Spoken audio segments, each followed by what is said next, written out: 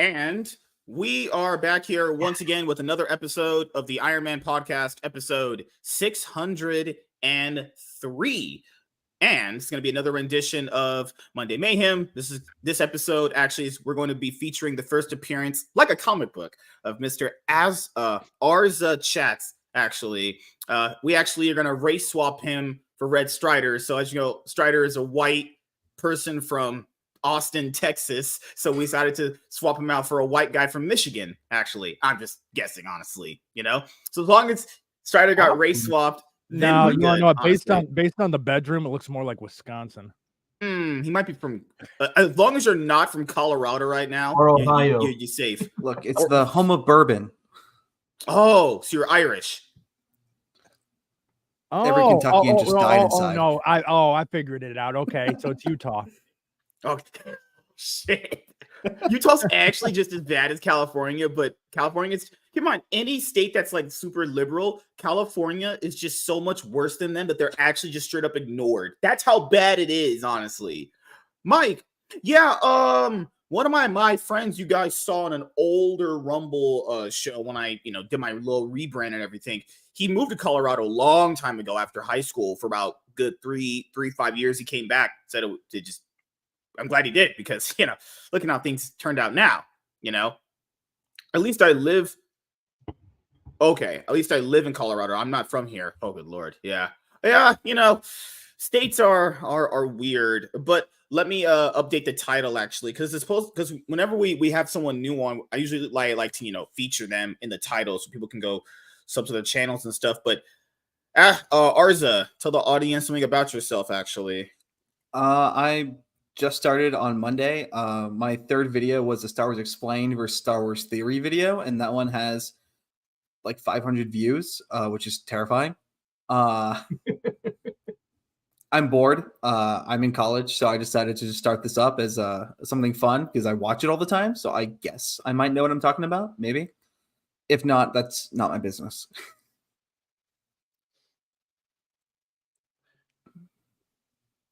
That's usually kind of how it goes. You start it up because you see other people do it. And when you actually do it, I always tell people this. It's much different being in the audience compared to actually doing it. A lot of people just really won't understand until you actually do it. This is, I won't say a job. I always do this for fun. But this is something like, it's one of those occupations where if you actually just don't do it yourself, you just kind of won't understand it. And it's so hard to explain it to people in audience form, because from an audience form, if something is like, let's say in a video, not explained properly, then you have to kind of go retract it. And not even because you just maliciously wanted to say something wrong. You could just like be in the moment and say something wrong, and you don't want to restart the entire video. Like I did a collab with a Renowned Zero, and I accidentally said that Chuck Dixon created Tim Drake. He didn't create Tim Drake. He wrote for Tim Drake, obviously. But, I have to make sure I understand, you got to make sure you're conscious of saying the right things constantly. It's just a skill you perfect over time. Star Wars Explained is actually just holy crap. I mean, I've never seen their channel ever, honestly, but I know there's to be fair, in any fandom, there's always going to be like the channels of like explained of anything, like Naruto explained channels, like Bleach explained channels. Usually those channels, outside of the ones that I mostly watched for a long time, most of them are like just straight up chills. And it's so weird because like on Twitter, people will be like, well, you're just mad because they're getting free stuff from Disney. And one of my friends used to say it to me too. I was like, whoa, let's stop here. I don't want free shit from studios. I don't want to be invited. I don't want to be around those people. This is what I'll say. You create the product. I'll watch and critique the product. How about that? That's it. I don't need to be invited to your parties. I'm trying to be your access media, so I'm constantly hounding the studios. I'm whoring myself out to the studios just to get the access so that I can then feed it to you. I mean, granted, that was part of the contract that I signed with you. So, I mean, I understand that I'm just a whore. I can think of one studio I want access to and free stuff from. Which studio is this? Give me that free Rippaverse crap. That's all I want. Awesome. Yeah. When we have free Rippaverse stuff, that would be great. Actually, we had a $5 sale, and that made people's brains actually just straight up explode. Honestly. He's going out of business. Still to this day, The walls were closing in. He was selling. He was liquidating in stock. The walls were closing in. He's folding. If it wasn't for that damn $8 shipping, I would have gotten something. How many companies do a clearance sale of their old stock to make room for new stock? That's nothing new. Every company does it, but of course, moving the goalpost. Walls are closing in. It's the end. Rippaverse is shutting down. Oh wait, nope, not really. That might have been the fakest. That was straight up the fakest outrage ever, like the fakest one. And I was trying to tell people, if you're mad that, because people were generally mad for a reason that wasn't even true. They were mad because they thought he reprinted stuff that never happened. How can you be mad at some shit that never happened? Now I understand why, like, Trump gets mad at people. Now I fully get it now. People are mad at shit that was never said, and they just projected in their brains and they just started saying it. Like it never happened. It never existed. And then you're mad at something that never existed, and now you're just mad at someone forever. People got mad and said, oh, the books are printed. Books are I saw number 1, cover A, and cover B have never been reprinted. The Ethan Van Sciver cover and the other one with it's the first appearance cover they started doing with Iceman 2. Those special covers have never been reprinted, and even said on the new website, because said on the old website too, will not be reprinted. The only covers that are going to be reprinted is main covers. Anybody in comic books as a collector knows that who in the right mind invests into a main cover? Main covers get reprinted. I don't know how to explain it to people. If you invest, main cover means that there's no exclusivity to it. Okay, so that means it's readily available for everybody, and it's more out there than the other ones, right? And first of all, even if you did invest like $35 into a book, the sale only lasted for a week. The sale lasted for a week. Okay, like it wasn't like the sale was constantly going on. And so there was a thread in the Facebook fan page last night for Rippaverse fans, and this guy was like, I'm just gonna wait till he has another $5 sale, bro. We had one $5 sale in 2 years. You're gonna be waiting for a while, you know. Keep in mind, around the time he ran the $5 sale, Gooding wasn't on sale, Yaira was not on sale, the summer collection was not on sale. Okay, I could understand why people get angry at the average fan. Like, I'm not saying the studios are entirely like wrong sometimes, but like sometimes people are just so fucking stupid. Like, you need to be told you're stupid. Because people are just generally dumb. Like, they're not like anything you say is not getting through because their brains are like a wall. It's just tapping. You tap on a wall. It's like that. It's just nothing's getting through. The fact that people got that outraged over a $5 sale is crazy, and it ended up making $60,000 by the end of it. $60,000, an extra $60K just for basically offloading shit that either didn't sell as well as they thought. He's clearing space. Every place has extra stock. Every place has extra stock. He was just clearing space. That's all he was doing. How much more warehouse space does he have now? How much more space can he put new books and put more things in? It wasn't that he couldn't sell the stuff. It's that he needed the space to put all the Yairas and all of the Gooding, Horseman. Yeah, Gooding. He needed space. I mean, he needs a space to be able to stock the other incoming stuff because he's being successful and he's putting out more books. Yeah. So he needs more space to actually put that inventory so that he can ship it to people that buy the stuff. Oh, stock that actually exists that's ready to ship to people. Wow, that's an amazing concept. Every 40,000. Like, even Walmart has sales going on right now when you walk in the building. They'll literally have giant.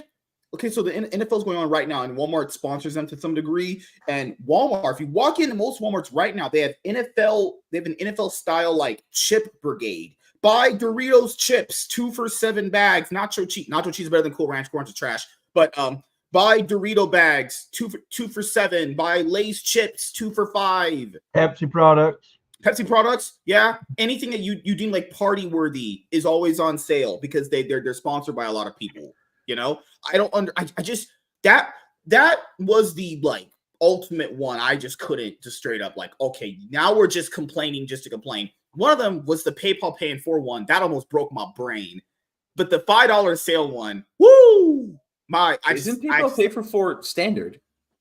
Yeah, so Eric's company offered a PayPal Pay in 4 option with the company called Sizzle. other ones, obviously PayPal, their shop, and all those other ones. People got mad. Oh, like I think one of the guys he started a thread, and then everyone just starts piling on. It was more like, oh my god, he's squeezing money out of the customers because the PayPal Pay in 4 option came up with the Yaira statue. So, but people literally buy $10,000 to $20,000 cars. Do people think they're paying? No average person's giving a car dealership $10K up front. You're paying that off over time. What do you think a credit card does? Right. People are right now have PayPal Pay in 4 until their car is paid off. Cars could cost like $30K up front.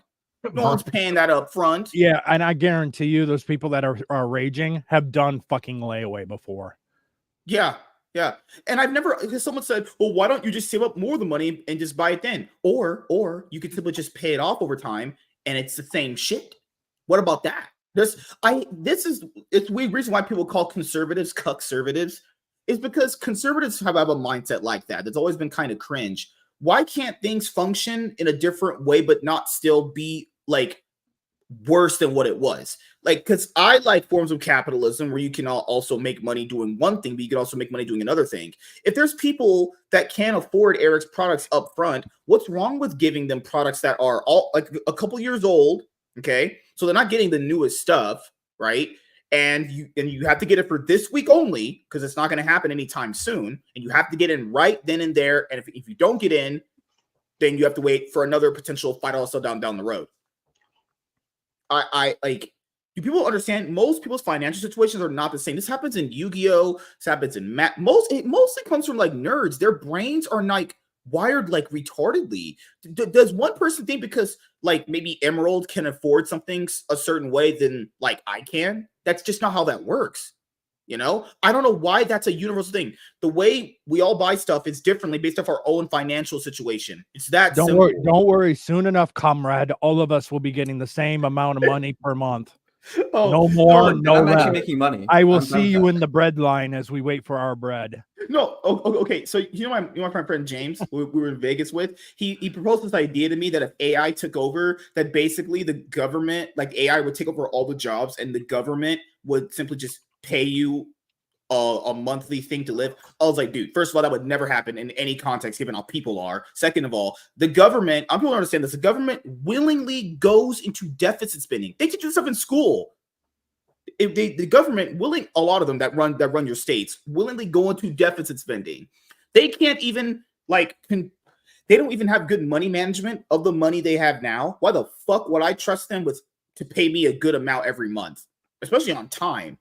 This government got scammed by the former original Mighty Morphin Power Ranger, Austin St. John. He even pled guilty to that. Keep in mind, they actually they're so bad with money management. I never understand why people have faith in the government. I'll never get it. Because when it's not their money, they don't care. Yeah, they all think we live in Star Trek. Literally coming from tax dollars that they have stolen from us. Because taxation is theft. Dude, I love going to Walmart and grabbing, those 4-pack of tank tops? I grabbing those. I don't know like because the crime in my area, they're all locked up behind cages. No way. I only shop at Old Navy. Old Navy. Oh, yeah. Navy has sales constantly. All I do is buy things on sale. I got this shirt. It's like a $30 shirt. I got for like $5. It's excellent. It looks a little gay, but it's excellent.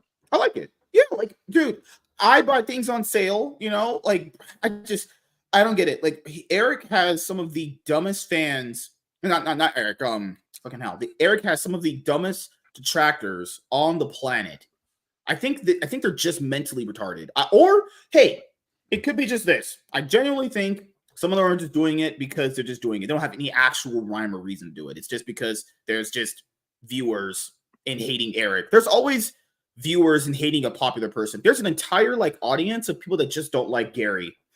It's imagine creating an entire YouTube economy of just people that hate Gary. It's crazy. Well, they get their daily download from Dick Masterson, and that's exactly what they repeat.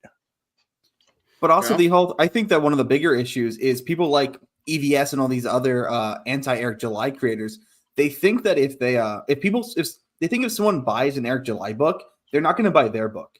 They don't seem to understand that Eric July books are like $30 if you get an alternate cover. That's enough money that most people can afford another book.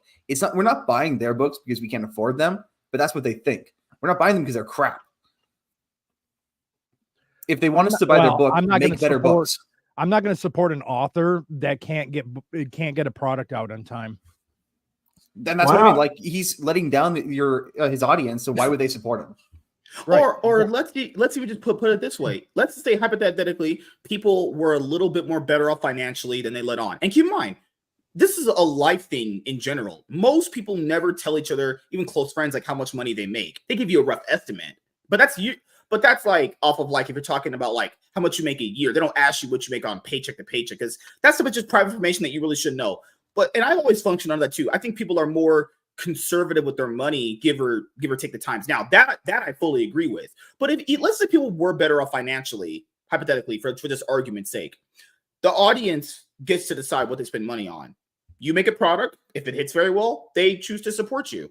That's it. That's how it's always been, honestly. Or you could go back to the old marketing scheme, like it wouldn't be a scheme, not scamming anybody, but like the old Carl's Jr.'s marketing of just naked hot chick eating a burger. You could do that. That does effectively work. But understand, you have to convince people to buy your product. You have to basically understand if someone else is succeeding because of their product. Well, it's not because maybe even you suck. Maybe they just didn't like your product. I don't know. Like this stuff kind of sells willy-nilly for a lot of different reasons. Like people keep saying art this. Guys, Dan Mora is better than EVS. There's a guy called Dan Mora who does a lot of covers, draws a lot of great art for DC right now. You would know who he is if you read mainstream comics. Dan Mora is really good. Dan Mora always gets picked up for artist jobs and everything. Does a lot of work on all the stuff, honestly. Now keep in mind, if I didn't tell you who that was, you wouldn't know who that was, obviously. Now keep in mind, he has his own audience that buys anything he does. You have to be able to create a market for yourself for people to want to buy from you. You should give someone a reason, convince them to buy your product. That's just how I kind of function with it. And then, or maybe your product just fucking sucks. How about that? Not everyone's product is good. I hate that in the indie space. When I was doing interviews with all these people, it felt like a lot of them would ask for criticism, but then anytime it happened, it wouldn't just be like an EVS problem. Just be like, how would I say this? Like, if people are always saying their stuff is really good, then how do you ever improve? If you're always really good, there's no room for improvement. Or maybe you're not making something that people want to read. Keep in mind, the market does kind of function off of like, people will buy the stuff that they say they aren't interested in, and they will not buy the stuff that they say they will be interested in. It's kind of how it works usually, But what do I know? I'm a genius, actually. You can't go based on what people say because they rarely ever do what they're going to say. That's true. Yeah, it's what politicians do. It's a famous politician thing to basically like say things that sound nice in theory, but then in actuality never do it. It's like those people. Okay, so with that in mind, I have an opinion on it. Now everyone says, well, it's free speech. Politicians can say whatever they want to get elected. I think if they say one thing and go back on it, I think that amounts to fraud because they're campaigning and trying to get money off of fraud. And I think if they sit there, say one thing, and then get into office and do the complete opposite, I think they should be allowed to be sued for fraud. I can't believe I'm going to say this, but it's what they say. It's not cancel culture, it's consequence. Right. If they are lying to you about what they're going to give you, whether it's a product, whether it's a politician, whatever, it's not that we are having an issue with whatever they're doing or whatever they said. It's that we have an issue with the fact that they lied to us, and that is the consequences of their lies. In the case of politicians that are literally campaigning to get money, now it actually is a crime. It is criminal fraud. Yep. So that's why I'm really kind of more or less under that whole theory of it, that I think they should be held accountable, should be able to be sued for fraud if they say one thing during campaigning and then turn around and do something else. Or do the opposite. Yeah, and I would, if I could, I think that like what I was saying about the comics kind of extrapolates to a bunch of other issues, like in YouTube. Now, like everyone's trying to get like Nerdrotic and whatnot canceled. It isn't just that they're getting views and whatnot, but it's because they think that people like them are taking views away from them. Like with the Star Wars Theory thing, it's like they think that by people watching Star Wars Theory, they can't watch any other channel. When I have like 20 people I'm subscribed to that I watch daily, and I will make if I find someone new or get busier, I find time to watch more people. I watch everything in 2x speed. If I have to, I'm gonna watch something on my commute to class every day. Oh God, I can't do that. I have someone constantly going. I have neurotic, hypnotic always. Well, I just make sure that I have my I have my phone set up so it's right in the field of view of my when I'm driving. So hopefully I haven't hit anything. I haven't felt any unnecessary bumps, but my eyes are usually focused on the phone right in front of me as I'm driving.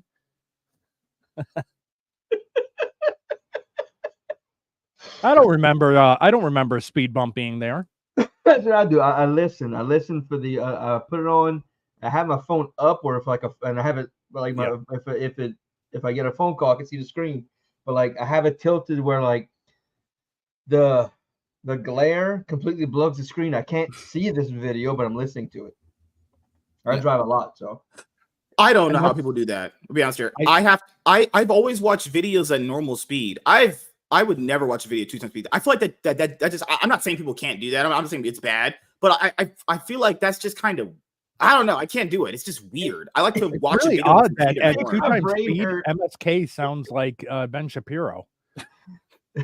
See, I actually can't listen to most videos at 1x speed. It actually drives me insane. They talk too slowly for me to listen to that 1x speed. And I get so used to their tone of voice, and it cuts out all of the verbal garbage and like going on. You don't hear us when they're going to the speed. Right. I'm sure if I tried that, I could do it, but like my wife does it, and it's all these like these recipe videos or like little things to fix things in your house, like make things like little hacks. I'm like, oh God, this woman's voice gives me brain cancer. It's like I'm like, how do you follow this? That's why I only do it with men. Speaking of brain cancer, now is the time that you will think about your future, and let's invest in health insurance. I've you considered your future investing in gold? Yeah, Buy Noble Gold. I can't listen to videos at the time speed. It has to be normal. I have to watch the video in its intended form. I can't do it because if it feels weird to hear people speak that fast, and I know that's not natural, and I'm not even knowing what the fuck. I'm like, man, they're just spitting bars. I mean, everyone would sound like Little Pump if everything's on 1x speed.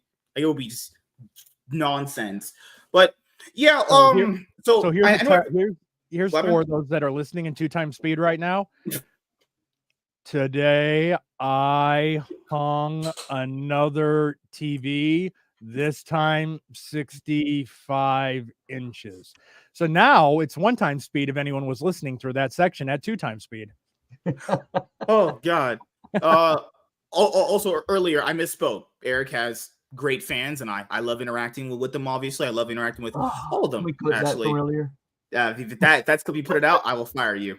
That's almost as bad as Walt calling Kamala a prostitute, a young prostitute. To be fair, like that's not really wrong, so to speak. Michael says, "Watch your comic book video, MSK." Oh, thanks. I'm tempted to buy the Batman Adventures omnibus. So, what's crazy is that that omnibus was in that video. The other one that I did previously had the New Adventures of Batman and Robin omnibus. So, I have to get that off the shelf. Come on, show us your underwear. You have to. Every stream, you have to. God, God. He never wears pants. Pants are for losers. He's drunk and turned his camera off because he's like, oh God, it's so hot. My wife doesn't. I need coffee, fucker. Okay, so this is the new, because people know. So after the Batman anime animated series ended on Fox Kids because the network got bought from WB, it was the New Adventures of Batman and Robin. So this is the Adventures of Batman and Robin omnibus. This is the sequel. And then after this, to finish off the series, if you're gonna read it, it would be the Batman animated series, The Adventures Continue, which ended this. I think it ended this year. Yeah, it was season 3. So yeah. People said, well, where's Jason Todd? He's in the New Adventures in the comic books. So there's a lot of stuff that they did in the books that were actually pretty good. It just ended this year, which is weird because crazy y'all. Not Paul Dini, Bruce Timm, who helped create the series, said there was no good Batman villains. L takes. Why do people do that? I don't think he said that because he's stupid. I think he said that because he just wanted to get outrage and clicks. That's He didn't actually wanna what get I would deem canceled. outrage and clicks. He don't want That's to get what I would- canceled. He said it because he thinks his audience is stupid. He thinks that if he says it, people will believe him because they're not smart enough to research, and they're not smart enough to know that he's the person who wrote Harley Quinn for the animated TV show. He's made excellent female villains. Why can't he do it again? Because he's lazy. He's old. He doesn't want to put any work in. Why would someone who, how old is like 70? Why does he want to go out and create new characters that's going to be accused of being a derivative or whatever when he can just literally make a derivative? I think what's happening is the showrunner. Maybe he didn't mean. Okay, let me see if I can get this out right. He said what he said because he was told to say that That's definitely part of it too. by the showrunner. Yeah, that's probably that I would think that probably is true. Because the thing here to understand people is, I know a lot of people said, well, he didn't. Okay, first of all, guys, not only has he worked on Batman the Animated Series with Paul Dini, this guy has worked on a lot of those classic series that we remember, you know, Justice League, Batman Beyond, all that stuff. He knows Batman has great villains. We know this because he worked on a series that is considered one of the best Batman pieces of media ever made. So the fact that someone could attempt to gaslight me into thinking that he didn't know what he was saying is retarded because, like, I don't know, his line of work says otherwise. He just said that just for people to talk about him because he always came off as this person that he needed attention, you know? Like the whole Barbara Batman thing comes from him, you know? Maybe he's just projecting through them. And yeah, the relationship, he probably got mad at people for like criticizing it. It's weird though. Like people are factoring by the time Bruce maybe is like 30, if you just think about this hypothetically, Barbara would just be like 20 because she's like 8 when he probably starts being Batman in his 20s. Really? You know, and I'm not saying he would know her growing up because like she wouldn't be around him, but that is kind of weird in general, you know. But hey, you know, Barbara looks very good in most iterations. I'm not saying I wouldn't do it if I was Batman. I probably would. But there's nothing wrong with the derivative work. I'm creating a superhero called Excellent Man who came from the planet Kapton that gets his power from moonlight. Yeah, I mean, at the end of the day, almost all work will become derivative because there's only so many ideas. Even on this like comic that I've had in my head, I've thought of a character, the People's Protector, who is a Superman clone. I mean, his only job is to die, but still, he just has Superman's powers, and he's a protector of humankind.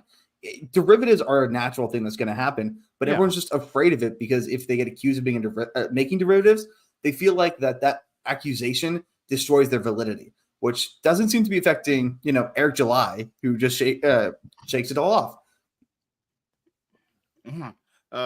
Professor Savage, that says MS gay. I have sex with women. You know, I'm the diversity hire. Yeah, he's our race swap strider for the night. And Hey, just because you call the guy by a woman's name doesn't change the fact. That's true. Stop. Like, oh, so I know a few people have seen my post this morning. Keep in mind when every new thing comes up, keep in mind I am kind of working on the video usually after I get off work, or usually after I jerk off, or after I fall asleep, or after I not at work. my wife. Do it while doing the video. While doing the video, yeah, true. But today, Jeremy Johns was in the news actually because he chose to review Matt Walsh's newest movie from the Daily Wire, Am I a Racist? Now, keep in mind, I will have a full form video about this coming out probably later on tomorrow if I can get it recorded tonight. But generally for these shows, I like to go over my general quick thoughts about these things and talk to the boys about these things. Now, keep in mind this. Jeremy Johns is actually very, very rich and successful, given that his YouTube channel is over 1 million subs, and his channel, its views are absolutely insane. Honestly, he's reviewed so much stuff that people that generally, when they look up X movie, are probably going to get his channel recommended to them because he's been not only doing it the longest, but he just by the sheer amount of movies he's reviewed more than the average person, the algorithm will just generally suggest him, right? You've used everything. Honestly, he's one of the few movie reviewers I've been subscribed to forever, honestly. I don't watch everything, obviously. You know, I watch him and a few other people. Like Chris Stuckman used to watch for a long time, but he doesn't really do content as much anymore because he's working on his own movies. But the fact that this level of backlash came from doing a movie review is ridiculous. Now, this is the thing. This is the twofold effect of a lot of people. So people said they can't watch the Daily Wire movies because they're buying a paywall and a subscription service. Well, that's bullshit because you could just subscribe and pay for it. But nevertheless, I think what they did is a good idea. The only way to get their company out there more is to kind of put their movies in theaters publicly. You have to, because like to trust the average person is going to go pay for a subscription service is pretty like far out there. I'm not saying that they're not successful in that venture, but you have to expand your reach. Like people have asked, well, I would love to go watch this in theaters, but it's not in theaters. And it's all okay, fine. But the problem with that comes the other fold effect. The other fold effect with that is Hollywood. How do you get your movies in theaters? You got to go through them. You got to go through the proper channels. Now, though that would be proper channels because you have to go to the people, ask them how much does it cost to distribute it worldwide? How many theaters can we get based off of how much money we can give you? Just a whole ton of stuff, right? A whole lot of it, right? So I will give Matt Walsh credit here. He is trying to push their movies in theaters. And keep in mind, the reason the critics won't like that, they don't want to have any competition from the Daily Wire. They don't want that, you know?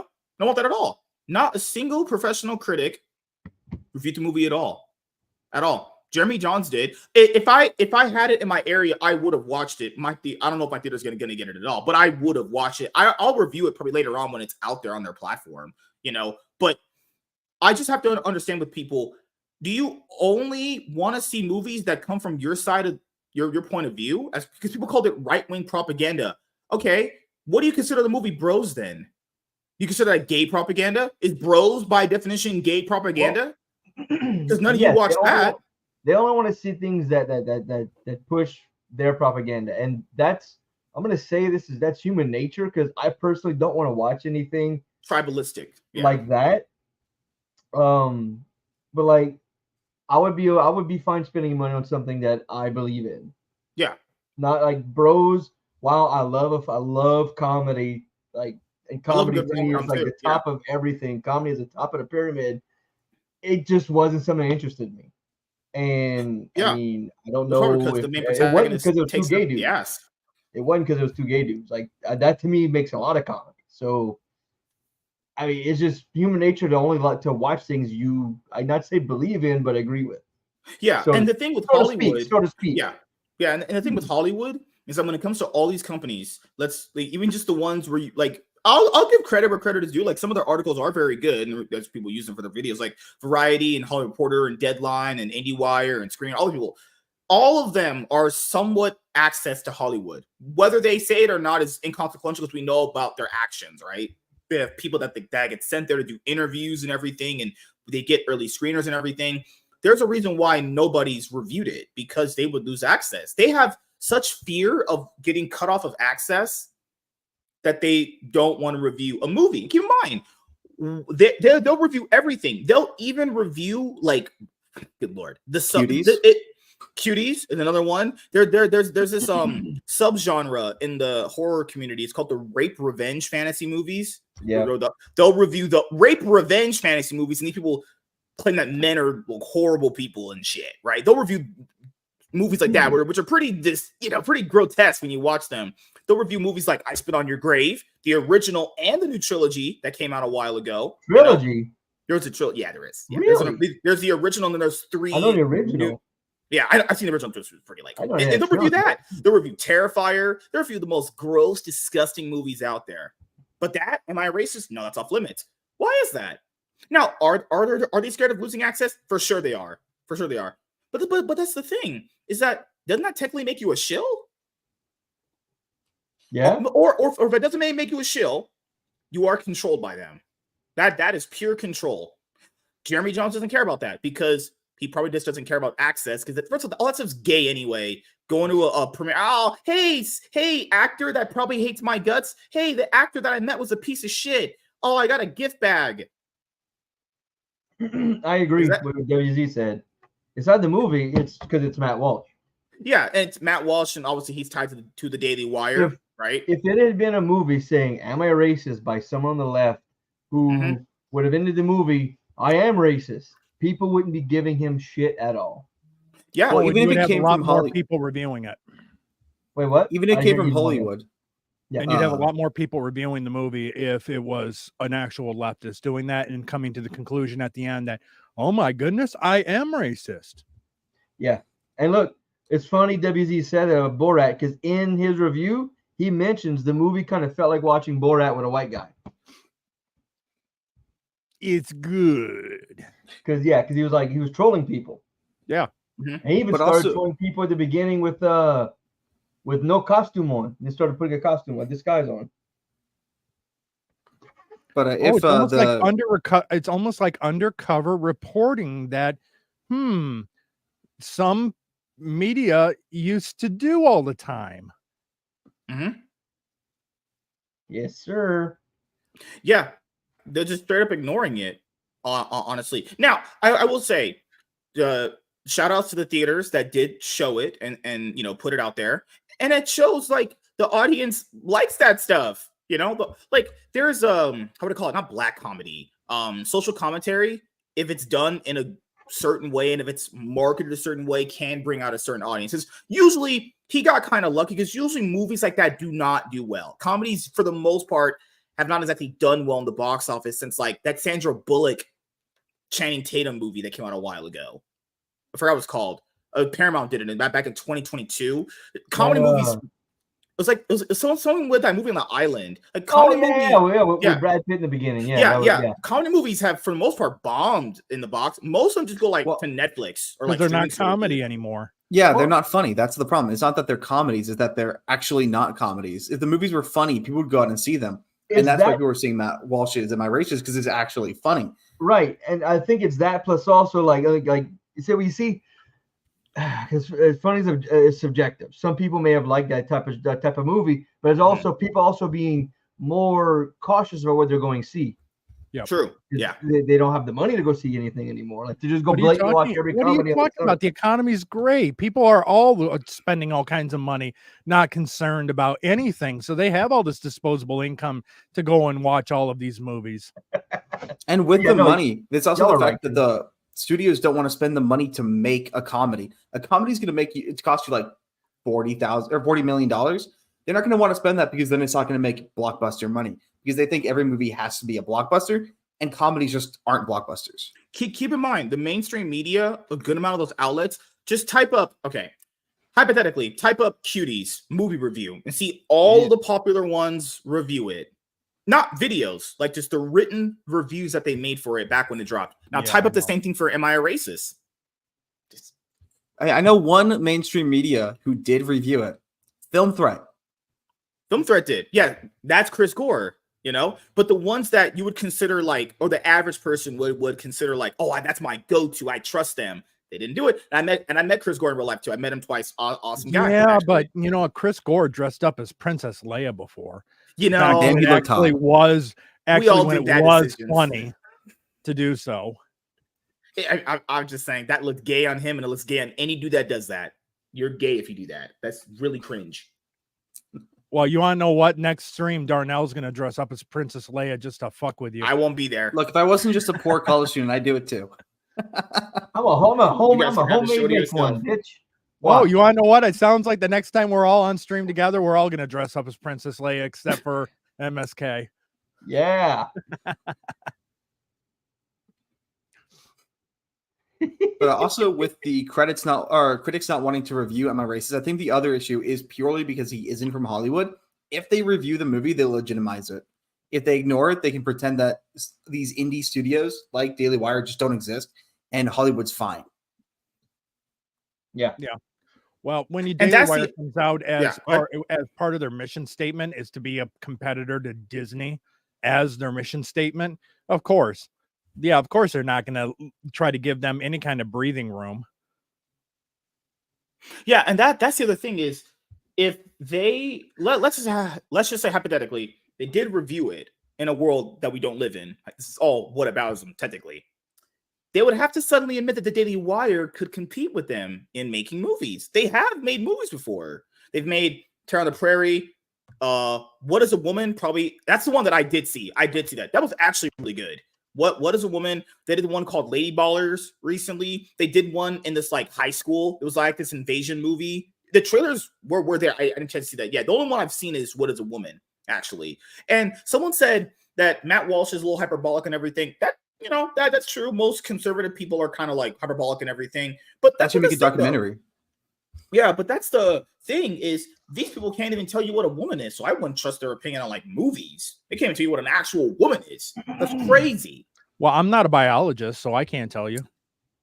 But that's the thing, though, is the way, see, how would I say this, though? Most people that probably run Hollywood, from what I assume, and even stuff that I watch on Film Fair too, it's kind of ran by that opposition. Anything that's not lockstep with what they believe is going to have to go through hoops and bounds to get that far. Keep in mind, he only got a limited amount of theaters, and he should only get a limited amount of theaters because it's not a big blockbuster tentpole.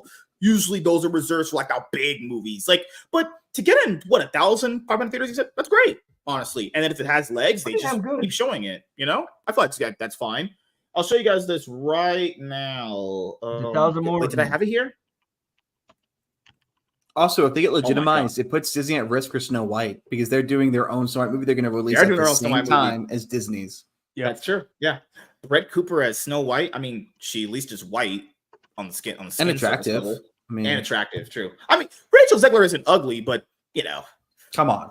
No, you think she's ugly? You're capping. She's retarded. No, she looks like Lord Farquaad in that. Are you crazy? You're trolling, man. You're trolling. Compare her to Gal Gadot. That's all I'm gonna say.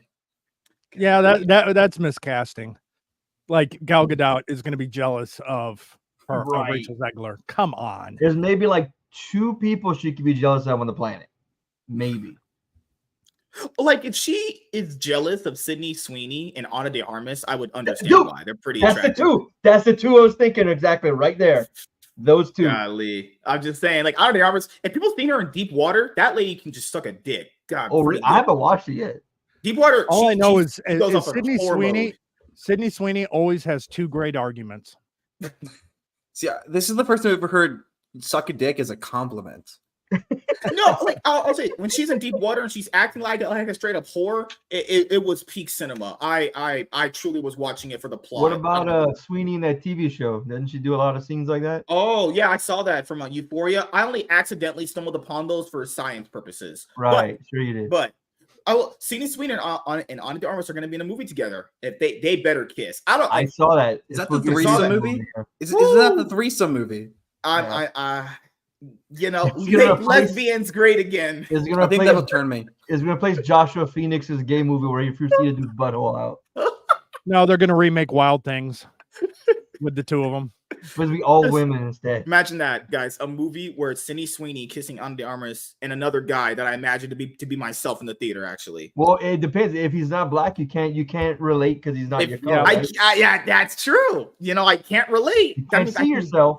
God, I don't want to see myself. I'm fantasizing. So that means that I can see myself as a tall, rich Mexican. Imagine that. Sydney Sweeney getting blown out. So the male character needs to be complete POV so that you can then put yourself into that position with the 2 of them. Otherwise, it's never going to work. So I just got to point out, you use the words tall and rich and then Mexican together. Yeah, if I'm a tall, rich Mexican named Felipe, I'm looking for the tall, rich Mexicans. I don't see any. Yeah. Mexicans are mostly short. I like this dude. I like him. God.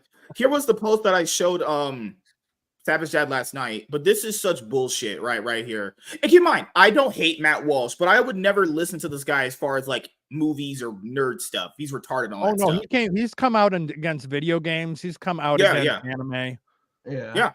But if we're talking about politics and stuff like that, he's pretty well versed in a lot of that stuff. You know, I'm not gonna agree on everything he says, but you know, that's to each his own, obviously. So here was the Donzo manifesto that this theater put out. Dear patrons, due to the strong reactions from our community for and against this film, so that means they still admit right there that there are people that wanted to see it, and concerns for the well-being of our staff, we will not be playing the film Am I a Racist as originally intended. Please know that it was not our intention to cause such division by playing this movie. How did you cause division by playing a movie? It's either you watch or you don't. It's a free market. It's just how that works. We've we noticed that many of the theaters in the Sacramento area were booked to play this film. So you just miss out on just making money, and people wonder why theaters are going bankrupt. Crazy, right? Well, quite unfortunately, it is a very dangerous movie. That movie could jump off the screen and then start going into the streets and start offing people because This it's place just is in- such a dangerous movie. This movie's in Canada. I'm pretty sure watching this in Canada immediately verifies you as a terrorist. Probably. Crazy. And this is same over a with the movie. UK. And quite frankly, this reaction caught us off guard. So keep in mind, they were going to play it, and they admitted right here there were people that wanted to watch it, but they were like, you know what? The safety of our staff is our number one priority. The staff that is tasked to serve you, the people that come in, the ones that say, hey, can I get a large popcorn and a butt fucking? Yeah, those people. They're supposed to It's serve not you. GameStop. Right. Well, they're not far off from GameStop. True. Like I'm just pointing out, the staff is supposed to serve you, the people that come in, not themselves. Yeah, and for movie theaters, I heard apparently you get to watch some free movies when you're off in your days on your days off. If you want to, you can see they do have days where you can see like the newest movies early on. But outside of that, this is stupid. This is dumb. We've reached a point where these weirdos on Twitter or on all the social medias, Facebook, Instagram, TikTok, Snapchat, wherever you do social media at, whichever one you have a platform on, it's gotten to a point where if you just go and consume a movie on your day off with like your kids or whatever, or by yourself with your girlfriend, then that means that you're labeled a racist. We have really reached the peak of clown world. Going in, watching a movie is like not a privilege, but like a hobby you could kind of do, right? You go, I'm like, I want to watch a movie. Popcorn, you drive there, gas and everything. And imagine you go online and like, man, what's the discourse around am I a racist? Which is probably a horrible thing to I don't type know. out. I got to use PayPal Pay 4 to be able to see movies nowadays. With the ticket price, you might as well. Yeah. PayPal, oh, Lord, crazy. And that's the thing. Going and sitting down and eating some popcorn and drinking a Pepsi could label you a racist for watching a movie. Keep in mind, this is the same level. I would say this is about on the same level like it's back in 2018 when Black Panther dropped. If you didn't like it, you were considered a racist. This is about on that same level for me. It's crazy. It's good that you said that Pepsi causes racism, being that Coca-Cola did have a be less white campaign. So Yep. I mean, Wait, but Pepsi had the Unite ad where what's her True. face gave the cops the Pepsi can. I will say this: nothing And they can told beat it because it was Hershey. racist. Nothing can beat Hershey's International Women's Day campaign ad Oh, where they promoted a troon. That there's nothing any of these companies that are like popular candy and chip brands. There's nothing more of a bigger L than that. International Women's Day supporting a dude. It's Skittles promoting white pride during June. Yeah, that was great. That was the biggest backfire. They did it 3 years in a row. Sorry. Number 3. Burger King tweeted back in 2019, women belong in the kitchen. Those are top 3 right there. Those are top 3 right there. I agree, Burger King. Let's go. I agree too, Burger King. Thank you. Oh God, man. Crazy. So that's the thing, is just don't give these people, these crazy sycophants on Twitter any leeway, okay? Like, that's just all you got to do. People just need to go and support it because at the end of the day, because Hollywood can't deny this, all that matters is making money, okay? If it makes money and it's profitable, that's all that matters, honestly, So if there wasn't an audience for this, I would be like, you know what? Okay, there's not an audience for it. No one came to show up. It bombed. It's like everything else. But there's an audience that showed up for it. Maybe a sequel? Am I a transphobe? Are you from like 10, 20 years ago? No, the point of movies now is to push an agenda. Oh, yeah, true. Not make money. Mm-hmm. It's to tell a narrative, to push propaganda, not make money. Where have you been? This kind of goes back to the whole bros thing. Do you guys want to guess how much Am I a Racist cost to make? 15 million. Oh, 5 million. 3 million. That's close. Yeah. That's the perfect budget for a film for such a niche audience. Yeah. There is, and I imagine the 5 million. If it's 3 million, they probably spent about 2 million on marketing, at least. It's not going to have a huge marketing budget. So if we're talking about if they made it for about 5 million, give or take like the actual budget and marketing, if they take in godly like 20 million, that's just profit in of itself. You know, if you take in about 10 million, that's profit itself too. It just needs to make about 10 million and you're just good to go. Anything else is just gravy at that point, probably, because investors and shareholders and all that other stuff, so. Well, part of the subscription fees that Daily Wire gets the money for actually goes into the production budget as well. Yeah. So that kind of pays into it. So even if it is 3 million, let's say based on subscriptions coming in and they get all the bills, they probably could pump maybe a $500,000 to $1 million into the movie itself, and before it even hits ticket sales, or their entire marketing budget just comes off of their subscriptions. Yeah. So they're really marketing. It's already being paid for. They do have their own sponsors on their own stuff. So they did get a lot of the money made for it. And Matt Walsh even said they didn't have the biggest marketing budget for it. But you're in 1,500 theaters. That's pretty good. I hate mainstream media most of the time. And, I do like to give them credit sometimes when they have the good articles and they do expose some people sometimes. But God damn, it's these kind of things that make me like, it's never going back to the way it was. This kind of thing proves it. It just never is going to go back to the way it was because they're just too invested in it's like a human centipede. Like Hollywood, it's Hollywood at the front and then they're all on a human centipede. That's it. They're all just trying to see which part of it they can be in so they don't take the brunt of shit that's coming in their mouth. That's it. How do you it's hard because sometimes they do good stuff, they do, but it's like, bro, y'all are scared to review a movie and this is your job. So are you bought and paid for, or are you not bought and paid for? Because we've heard rumors that people get bought and paid for reviews too. Just saying, it's been a thing for a while as well. What is happening? No, you can tell when they're bought and paid for when they go, well, this movie was lopsided. The story meandered. At times it seems slow, but I'm going to give it a 9 out of 10. It's like, okay, so you're paid for. You're giving it a good rating, even though your entire article is slamming how bored you were with it. Oh, dude, the Black Wukong video game. I haven't played it, but apparently Screen Rant, and what their legendary articles sometimes, they said it didn't have enough diversity. That's why they gave it, that's why they knocked it on the rating down. Isn't like this is this is a game where you play as a monkey. Oh yeah, sounds diverse to me. Crazy. Hey, Amanda Sandberg might have a future. Just saying. With all of the terrible journalists, I actually did my most recent video is talking about an article from The Gamer where they said it's time that game studios start doing covers of games. There was one recently similar to that where it was a legendary headline. Because people say, oh, you're supposed to react to the headlines. If you even read the articles themselves outside of the gross headlines, it's just as bad, maybe even worse. There was one recently where it said, it's about time we start trusting video game reviewers.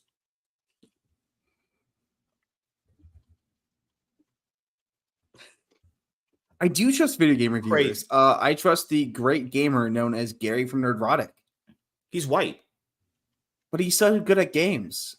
To be fair, he did date a black girl. So that technically makes him one of us, He was in prison. White. I mean, that counts for something. And his wife, hey, I talked to her before. She's like, hey, I grew up around black girls that taught me how to braid hair. That technically makes her one of us too, Apparently, P. Diddy is also in jail now. He was caught in New York. Really? Yeah.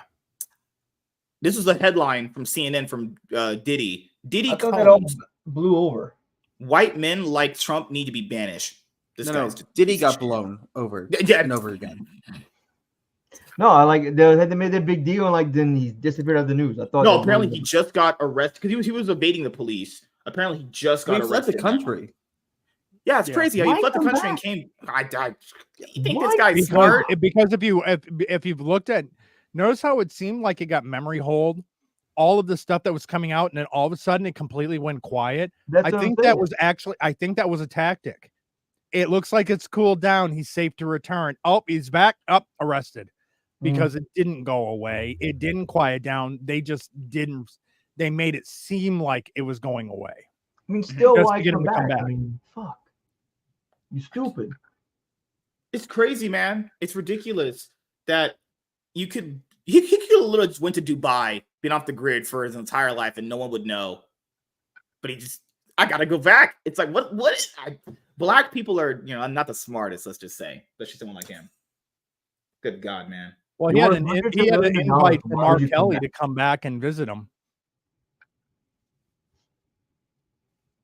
Bro could have gone to Brazil. Wouldn't have been able to be put on Twitter, and no one would ever find him then. Yeah.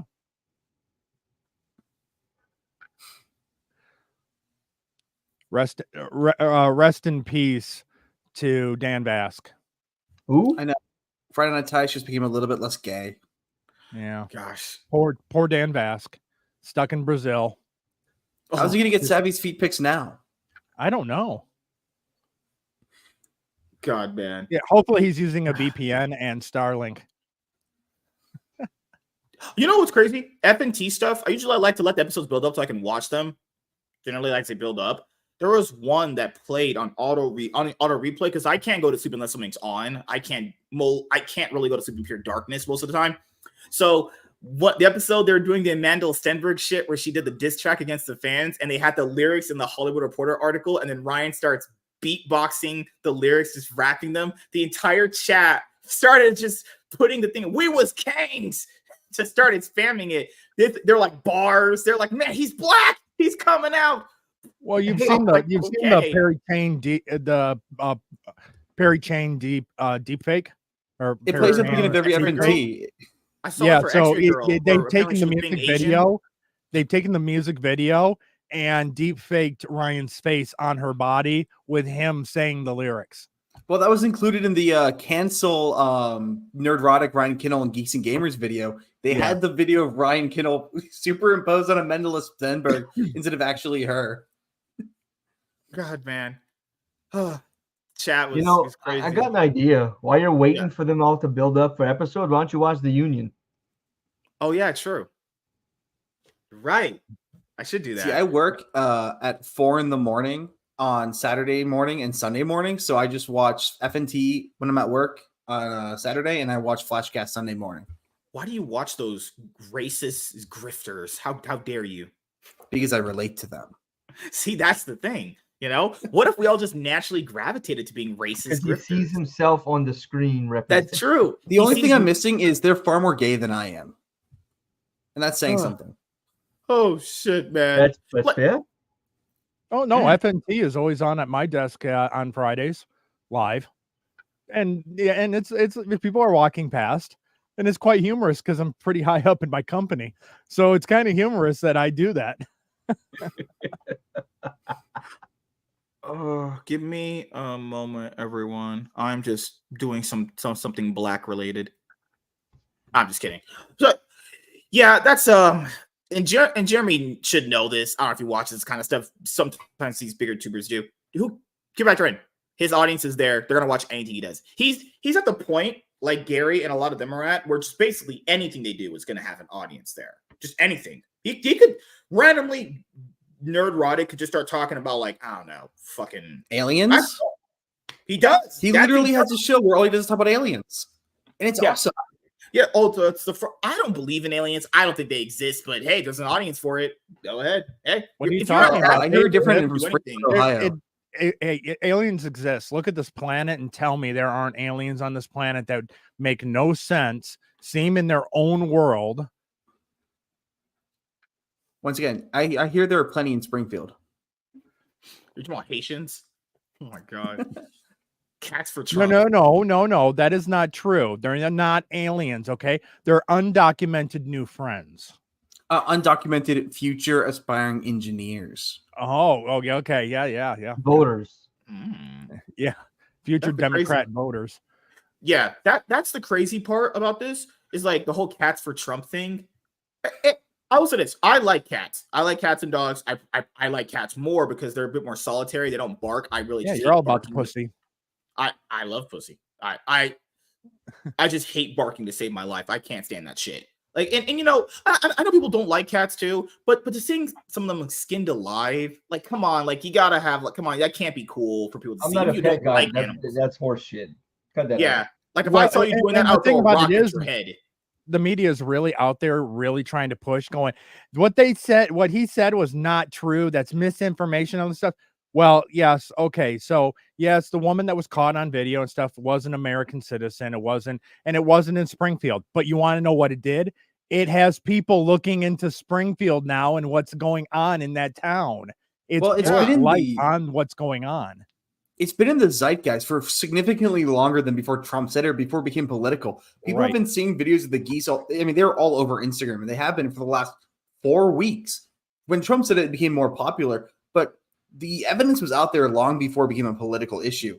And now that it's become a political issue, now they're trying to hide it.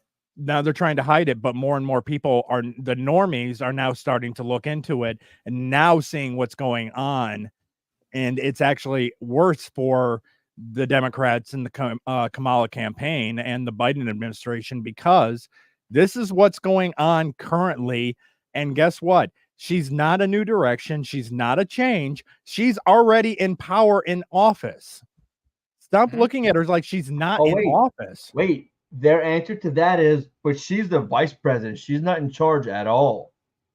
Except That's for her very- policy is completely a cut and paste of the Biden policy with links that even say Joe vote for Joe. I mean they didn't even clean that up. I mean, if you listen to it, they all sound like that, and they want to gaslight the people into thinking that Trump's been the president for the last 4 years. And it's working for a concerningly large number of people. They're called useful idiots and they help in the rise of communism. I'm in a liberal arts degree. I'm a psych major. I'm surrounded by nothing but useful idiots. I mean, do you just like to punish yourself? Is that what this is? I mean, No, I just want punishment by choosing to go in that direction. It does, but I want to be a psychologist, but the APA is like the most corrupt organization aside from like BlackRock and shit. So unfortunately, I have to be around these people to get to that point. And like that's the other real problem too. Is like people factor in Kamala Harris is technically in charge right now. Why doesn't she just do everything that she wants to do right now, or at least as far as like fixing the economy? Why can't she do anything? She's not in charge. She's vice president. Blah. Look, she has enough practice on her knee. She can make Biden do whatever she wants. I'm not Joe Biden. I think he's the first president in history that isn't having extramarital affairs because can he? I mean, just run to the gas station. I hear they sell pills. He may be our first president that is not running around with his wife because he can't. Or there's the other thing we got to factor in, which is I'm just being honest here, even if people have to understand that she could literally do some of the things she wants to do right now because she is technically, I guess, president. She probably agrees with Joe Biden on like 99.99% of things. Well, I don't think she principles. Well, then you got Bernie Sanders coming out there going, oh, she's just moderating to win the election. She still believes all of her progressive ideals. So she's lying to get votes. Again, that's a liar, Going back to my thing earlier about politicians being sued for fraud.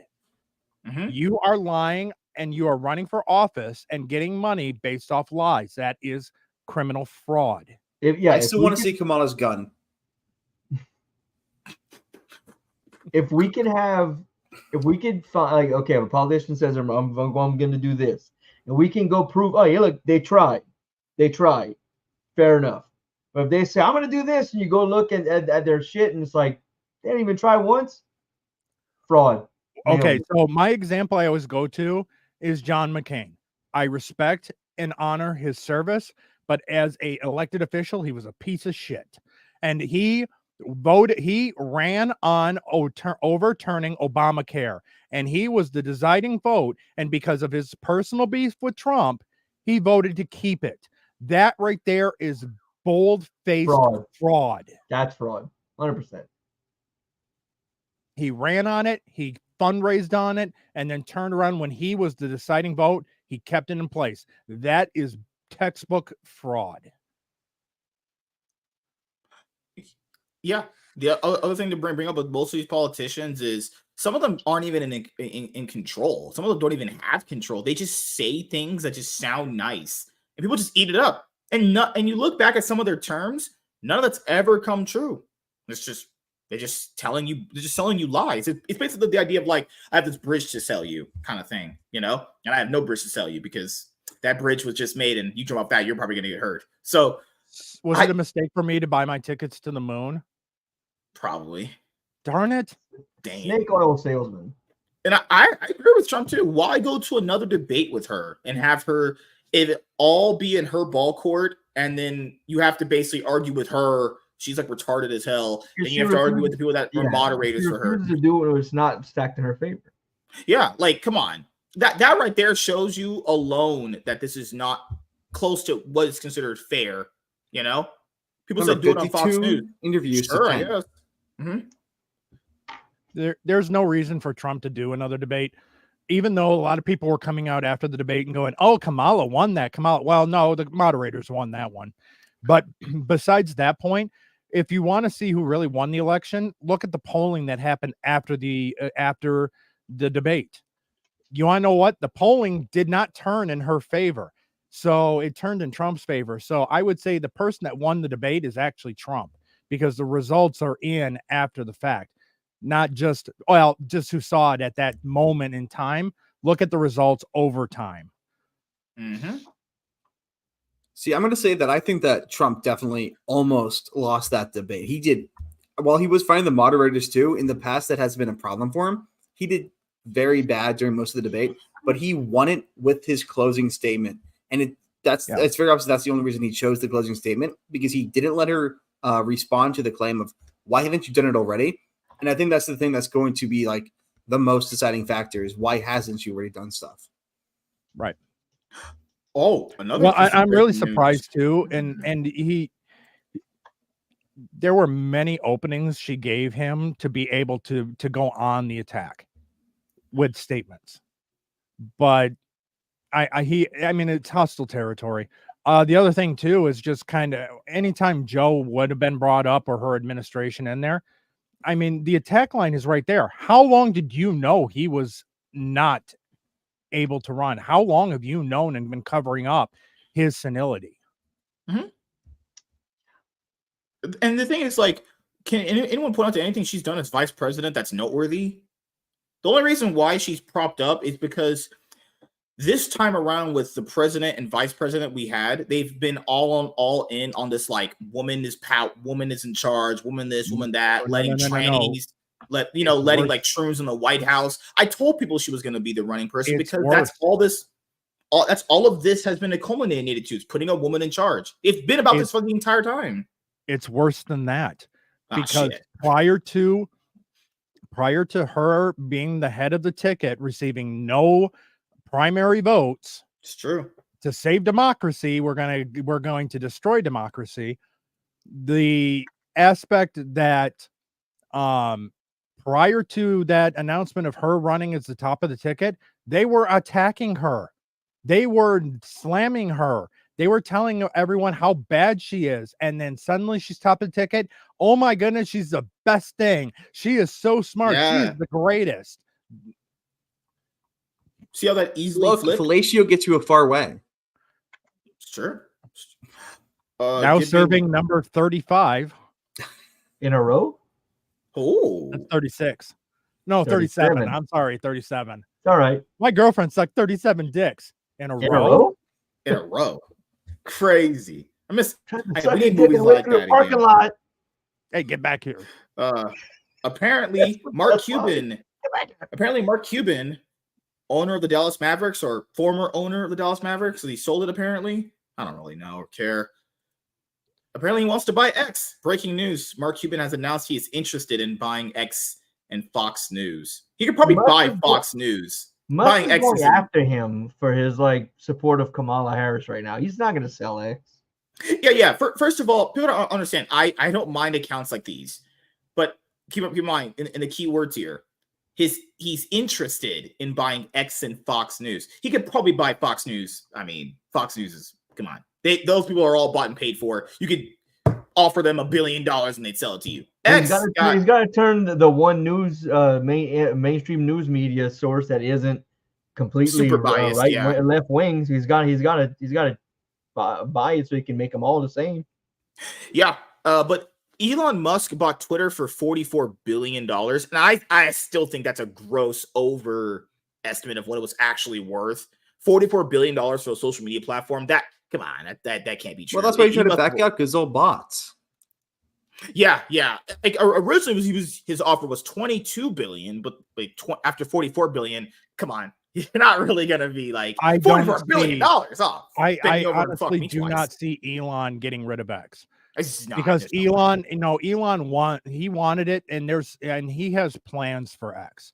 You can see the growth of what he's doing. He's trying to make essentially X a one-stop for social media, Cut from 90% posting to video to spaces. He's growing it because it's his platform, and he's getting it set up for what he wants X to be. Also, what motivation is there for Elon Musk to sell X? Yeah. He has unlimited wealth, just about. Not literally, but might as well. Also, Yeah, who thinks of look- Mark Cuban's as a sports team director? Also, look at their net worth. Their net worth, if you look up, it's just so much more different. And to be fair, net worth isn't actual money. It's just what you're generally valued at. But Mark Cuban running X, it's not happening. First of all, for that to even happen, he would have to offer 44 plus 44, what, 88? He would have to offer about $88 billion, because even if he were to sell it, Elon Musk isn't selling it for anything less than about probably $80 billion. And we know Mark doesn't have that, so that's out of the question. Fox News, probably he might buy that. But that's the thing, if he buys Fox News, right? Fox News, people rag on it. It's the, I guess, last bastion of mainstream media that's not entirely super far into that. But they're left on they're left on a lot of things, but they can be unbiased in some things, So Fox News, might happen. X, no. That's a for sure hell no. It's not happening. That's like me being like, yeah, I'm interested in buying, a Lamborghini. Yeah, that's kind of what that would mean. I ain't buying Speaking of that X, you saw the sign they put on the roof of the X building when they were pulling out a couple of days ago, California? No, I didn't. They put a GFY sign on top of the building when they were moving. The last day they were moving out to move to Texas. Oh, yeah. Musk asked, should he keep the sign? No, fucking leave it there. Yeah. Leave it later. Well, Musk is the perfect shit poster. He has perfectly mastered the art of pissing everyone else off on Twitter, except the people who agree with him, because that's what shit posters do. And there's nothing wrong with that, and it's great that it's the CEO that is, or that the owner of the company that's there pissing people off. Hey, no one says you have to stay. This is what the whole point about free speech is. It's not about censorship. Is that if you don't want to hear it, then mute or block. I would work or don't use the service. Heartbeat. I would kill to be work security or something of that in that realm for X or that man. I would fucking do it in a heartbeat. Yeah. I looked into working for SpaceX security, but I live too far away.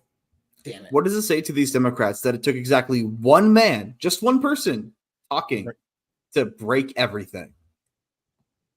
It shows you how fragile their control truly was, too. Yeah, keep in mind, and people remember those Twitter files that everyone kind of forgot about, showing Twitter's not used to sway anything. Okay, people understand. Twitter is the most viewed, watched, and most interacted with social media on the planet. Okay, how many people that live on this planet use Twitter?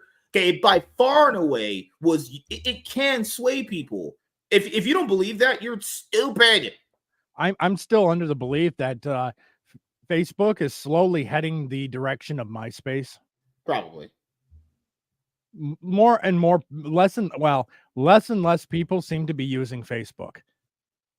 Well, the one thing keeping it depends what age groups you're looking at, because where I live, it's still a very viable social media platform here.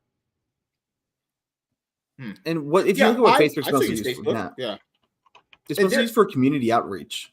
Yeah, Facebook actually is very good if you want to build communities. It actually has a very great function for doing that. Twitter is kind of weird and it's not as good, or the reach in the system doesn't work the same. But I like using Facebook still. The least one that I use is Instagram. I have one. I don't post on it that much as I used to, but I think there's I don't know. I still get why Brazil banned Twitter. It's dumb. As much as I give Twitter fault, Elon has made Twitter a lot more bearable to be on. Because before he bought it, it was just like, damn, that shit was unbearable to be on. Just the wild, rampant, random bans, for stuff that didn't make any sense. You would get timeouts for no reason whatsoever. They would literally only push generally one side. The limited outreach that other people had for any other political viewpoints were limited. Bullshit that other Twitter was on. You know, I don't agree that he should call it X. Everyone's just going to call it Twitter anyway. You know, but other than that, I think he's done a great job with Twitter, honestly. What he needs to do to make it better is that he needs to make it, I would say, a video content creation platform, which it kind of is. It's kind of still functioning He's on that, moving like, that way. It's in that like upload a viral video mode from like back in the day still. What it needs to be is a video content creation platform. They have Spaces, but like Spaces are trash. Let's be honest here. I don't like Spaces. I think it's stupid, honestly. It's mostly a group community chat discussion, but it's not. All right, it could be way better. You know, the live chat function in Twitter is bad. The live chat itself is just bad. It's just awful. You know, see, if Twitter was smart, instead of going to create their own video streaming platform, they would actually team up with something like Rumble, where they have the actual infrastructure, and then both systems would be heavily strengthened by working together because they both have the same freedom of speech mentality. Mm-hmm. Well, stronger freedom of speech. It's definitely not absolute. But at least with like Rumble, in the case of Rumble, they're willing to stick their middle finger up to other countries going, you know what? Fine, ban us. We're not going to respond. We're not going to go ahead. Fine, shut us down in your country. But we are not going to cave to you. And it's kind of what, and that's what, I mean, Elon did with Brazil. Yeah, it was all just a way to try and get control of the narrative and control speech. That's all the Brazil was. Yeah. Yeah. You know, Brazilian women are so hot, but goddamn, is that country's just yikes. Yeah, you know? Dan Vasc. Well, you saw the NFL teams were told not to leave their hotels anywhere there because it was so dangerous. Crime. Yep. Yeah. Crime and possibly getting kidnapped.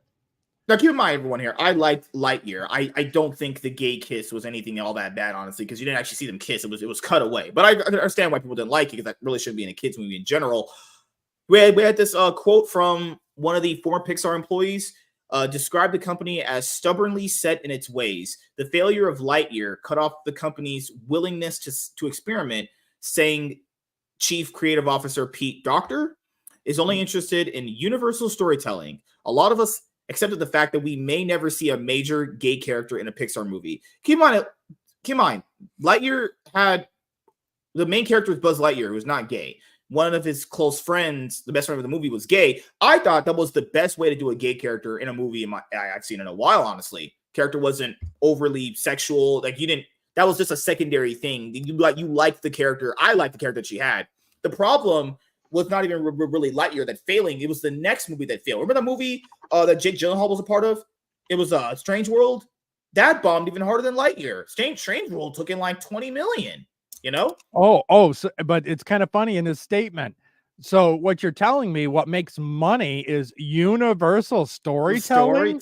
Crazy. Oh my God. Almost like we told them that. Almost like we said, hey, you can have gay characters in it, but the problem is a lot of the gay characters that they push on people there's nothing to them outside of like them being gay. I'm sorry. Like, no one wants to fucking hear that shit. No one wants to watch that. I'm sorry. If that makes people bigots or homophobes, that's fine. You know, well, and that's the thing. That's the open market. They get to decide what they want to watch. Right, but it goes back to the Daily. This actually goes back to the Daily Wire. The movie made for $3 million, which is pretty niche. You can do your gay storytelling or have a major gay character. You're just not going to get. It's just not going to get there in a universal story when that is their only driving characteristic. Sorry, that is going to be a niche. It means you can't spend a lot of money on it if you want it to be successful and make money back. Yeah, and I'll even say this right now. The reason why Lightyear failed, honestly, wasn't even because of the gay kiss. Lightyear had one of the most confusing marketings ever. First of all, the first trailer for it, the teaser and the first official trailer, you just don't really know what it's like. It's the marketing is confusing for it. Like, is it a prequel? Is it a sequel? It was a really confusing premise for an already established franchise that honestly didn't need more movies added to it. Toy Story 4, despite it making $1 billion, is a pretty bad movie. They didn't really need to do anything else after Toy Story 4, for being honest here. I never saw Lightyear, but from the advertising the premise I got essentially is that with Toy Story, the toy is based off a TV show, and then with Lightyear, essentially the TV show that was the driving force of the toy was based on Lightyear's real life. So it's not Lightyear as a TV show. It's not Lightyear as a toy. It's Lightyear as a real person. And it just, it doesn't. I don't know, but what we're saying. I'm just. I think right, I've aged out of Pixar, so very fine. Disney leadership reportedly put a large part of the failure of Lightyear down to the same-sex kiss. Continuous notes were then given to animators to make Riley come across as less gay in Inside Out 2. Guys, people understand, Disney is a family entertainment brand. People don't want to have their kids exposed to that shit. I'm sorry, if that makes them homophobic, whatever. They can decide that. They're the ones that have the money. People who have the money get to decide that. They don't want their kids exposed to that shit. I have nothing against gay people. I really don't. It's only just the trans stuff that really just throws me off, honestly. You know, that stuff I just really can't get down with. But you're gay or bi or like, it's fine, whatever. But, you know, you want that around like 5-year-old kids, 6-year-old kids, 8-year-old kids. Like, come on, you know? Left like does, clearly. Yeah. It's just I might do a video on this. I don't know yet, honestly. But Lightyear failed because of not just that, it's just the confusing marketing, you know? Basically, Lightyear is the movie that the main kid Andy is watching in the first movie. It's like it was just it's not a horrible concept, it's just confusing. They just marketed it very bad. No one knows what the fuck this is gonna be you know. This is gonna be the video that I'm gonna be doing tomorrow, because I actually do legitimately care about this, because I am actually a bisexual man. I'm not just making jokes. And I will say I like women. Yeah, semi-bisexual over there. Yeah, you know, how would you rank me on a scale of 1 to 10 as a hot guy? We're gonna go with a solid 6. Oh damn! Okay, you're nice. Get a little bit of the lower beard, and you'll be sad. Someone's being very generous. Yeah. And I just don't want to get kicked off. Okay. No, you're no. Dude, I got nothing against gay people. It's just that trans stuff is just I can't. But no, it's 100% the gay kiss 100% affected this movie. It was one of the first ones to make a big deal out of it, and I'm going to be completely honest, people don't want to see it. My favorite movie is The Birdcage. It is an R-rated gay-based movie. It's hilarious, but guess what? It's not meant for little kids. And there are ways to put a gay relationship in a situation that kids could be exposed to it. But the vast... If you could highlight the comment from WZ. But there are ways you can do it where it would be appropriate to show it for different for kids that wouldn't be inappropriate. And I'm pretty sure I've seen movies that have done it where it's all subtext, because a lot of times little kids will miss the subtext. There's nothing wrong with that. But when you insist on making it overt, all you're doing is you're putting a target on the LGBT community. You're making it so... What Disney has done is they have, instead of making it more acceptable, they've actually vilified us, because we were being accepted back in 2016, 2015, 2014. Society was all accepting of the gay community, and now it's going significantly far down. We know for a fact that acceptance has fallen 20% in 5 years. And that's not because of that's solely because of actions from companies like Disney. And I think that's by design. I really do think it's because they're constantly trying to sow division.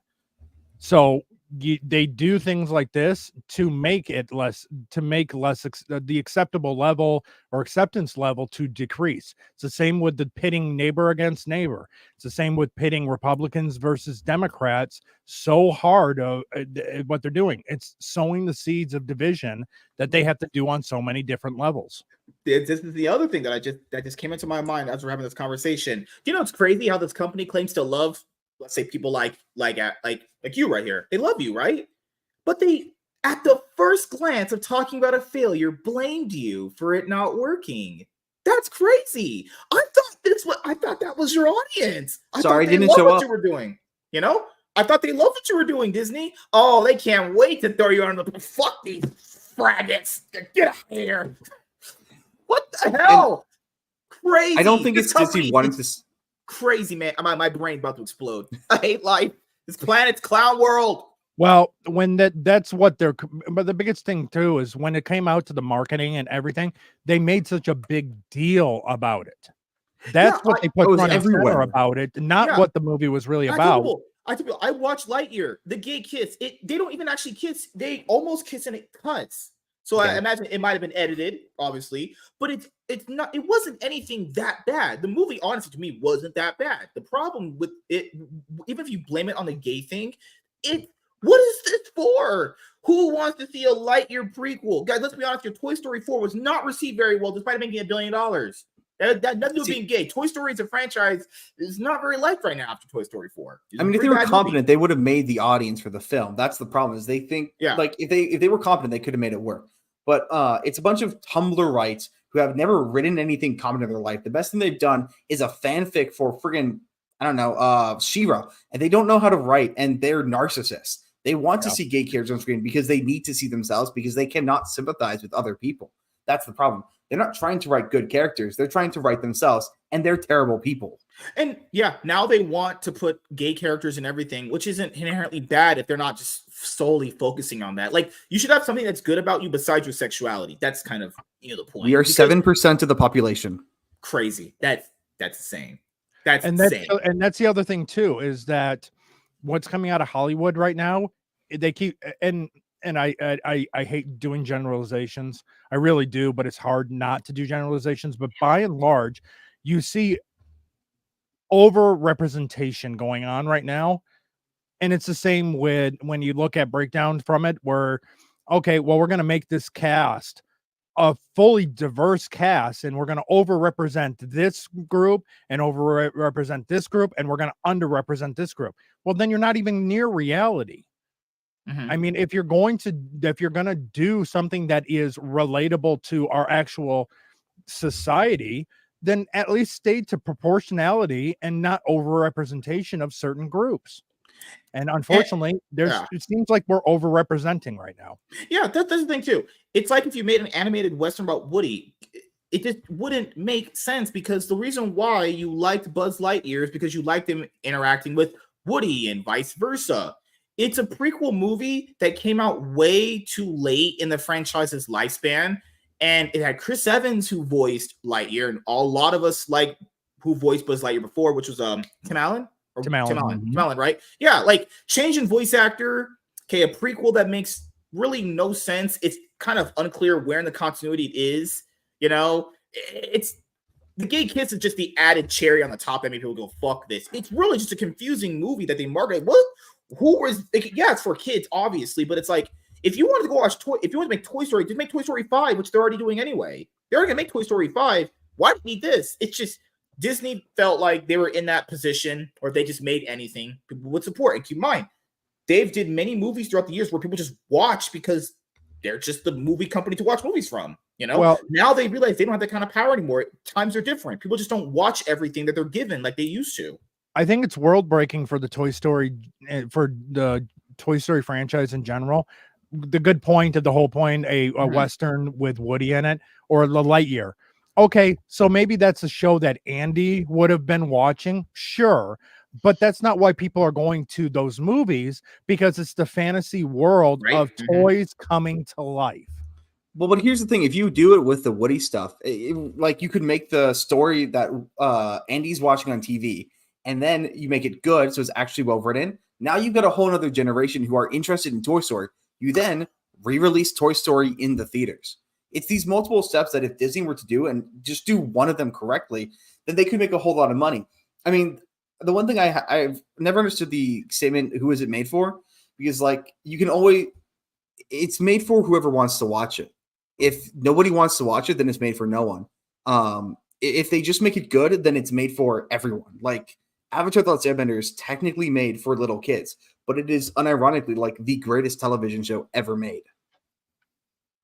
Does it have universal storytelling? It does. A whole lot of it. Oh, shocker. Oh, that's why it's so good.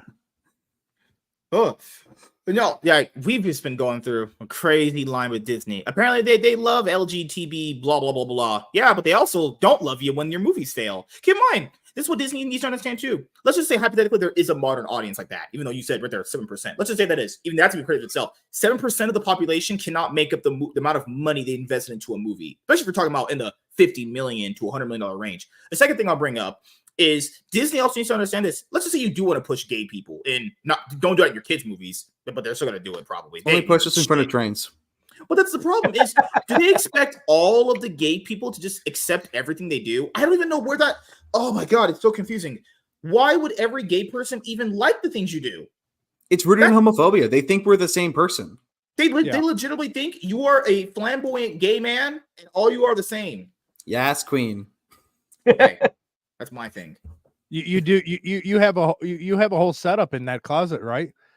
Boas and high heels and right? Yeah. All I've got in there is a stereotyping, right? I have 2 dildos, but that was given to me by my ex, and I don't use. Well, you can't see because I'm using it right now. Sorry. True, okay. True. Yeah.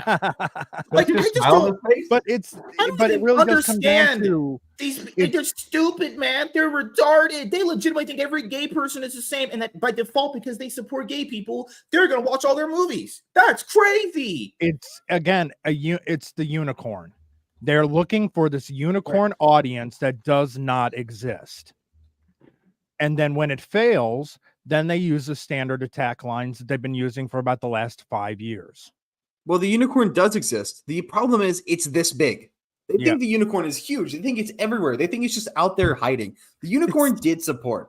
The thing is, Acolyte was watched by the entirety of the modern audience, and it wasn't enough, and it will never be enough. It's not that the audience doesn't exist. It's that they just don't know how small it is. Yeah, the number for the Acolyte was 4.8 million. And let's be honest here, even if that wasn't the gay people, that's the amount of audience that has is 4.8 million. Keep in mind, that number on TV back in the day would get your show canceled. Back in the day, shows had to have like what 10, 12 million viewers per episode. It had 4.8 million viewers for 3 episodes, and then they all dropped off, and then 1 million of them came back for the finale. That means that either the gay people that watched didn't like it, which is very true, could be possible, or it's just so fucking bad everyone just went fuck this. Nobody liked it. Well, no, it's finally to the point where normies have finally started waking up to the garbage that's being produced and going, I'm done. They finally are just getting done with it. That it's gotten to the point where it's no longer just. It's not the group that in the past started turning away, the ones that were really heavily invested in Star Wars and read the EU and were really following it and have loved Star Wars their entire lives. Now it's gotten to the point where the ones that were okay with Mandalorian were kind of okay with even though it wasn't great, they were fine with the Obi-Wan series, but then it got to this one, they're like, nope, I'm done, I'm out. Yeah. And people also need to understand that even if the percent of LG people aren't watching, if the average person is definitely not gay or anything like that, that means the people that are watching are like moms, dads, and all the people. They didn't watch after episode 2. People always say to believe the media. The media Deadline reported it first, and they said the reason why they got canceled was because of YouTubers' opinions. It also wasn't because of hate online. It got canceled because the viewership is too low. That means that the people that tuned in all straight up stopped watching after about the first 2 episodes. That's a writing thing. If everyone tunes out, that is straight up just a writing thing. That means the writing was so bad, everyone went, fuck this. Didn't they release the first 2 episodes together? Yes. Yeah. And that even would self-boost viewership. So when it was released episodically weekly, people just went, nah, I'm good. Speaking of failures, what is happening with Rings of Power? Is that show still like being released? Or I've not. Nothing. They've spent so much money on it that they've got. I think they have a commitment for 3 they have to do 3 or 4 seasons. Is it 5? Yeah. And that's the only reason why they're going to be putting them out. Well, no, hold on. Let me rephrase what I was trying to say. It was like the big deal when the first few episodes dropped, and then I've heard nothing about it since. Well, this has been boring. I've been watching all of Disparoo's and Nerdrotic stuff on it. The show is just boring. Nothing is happening. the show is meandering, and when something does happen, it's just so unreasonably predictable for what Rings of Power would do that no one's shocked. Of course, Galadriel wants to be a girl boss. Of course, Sauron and kind of Brimbor are fucking in the background. It's obvious that's all just going to happen, so no one cares anymore. Give me the meat. Give it to me raw. Hey, look, I'm rewatching the Lord of the Rings trilogy right now. I just started Return the extended editions, of course. I started watching Return of the King today, and when I watched The Fellowship a couple days ago, I was like, this is Galadriel. Like, what the fuck this is not that, Jesus Christ. That show is fucking horse shit. I'm gonna commit nerd suicide. I've never seen Lord of the Rings. I know it will take a hit to my nerd card, but I've multiple times tried to watch Fellowship of the Ring, and I have fallen asleep every single time. Well, when I used to work offshore, I would bring those movies and the Star Wars movies because, some of that space movies makes me sleepy. Yes, because it's dark and it's cold. So, I used to fall asleep to Lord of the Rings, to all 3 movies. But, yeah, it is hard to stay awake watching. No, I love now when those movies were being released. I love the video game that was out there that you could sit there and build up your army and stuff. It was almost like a Command and Conquer type thing, but you'd pick your race and then you would battle and stuff like that. Yeah, no, I enjoyed that game, but yeah for the movies, no, I know, I understand completely how they are a work of art. I understand this was a very good interpretation of Tolkien's work, but I can't get through it. It is hard. It is hard. Doesn't mean I don't own it. Doesn't mean I don't have the extended versions, but it's still it's really hard to try to get through it. But that's because I'm more into sci-fi than I am fantasy. And I used to be more of a fantasy guy. Now I'm more into sci-fi because there's just more coming out now. So, well, sci-fi is becoming more and more nonfiction with things that are occurring. I mean, we're getting closer and closer to Terminator Judgment Day. So, I mean,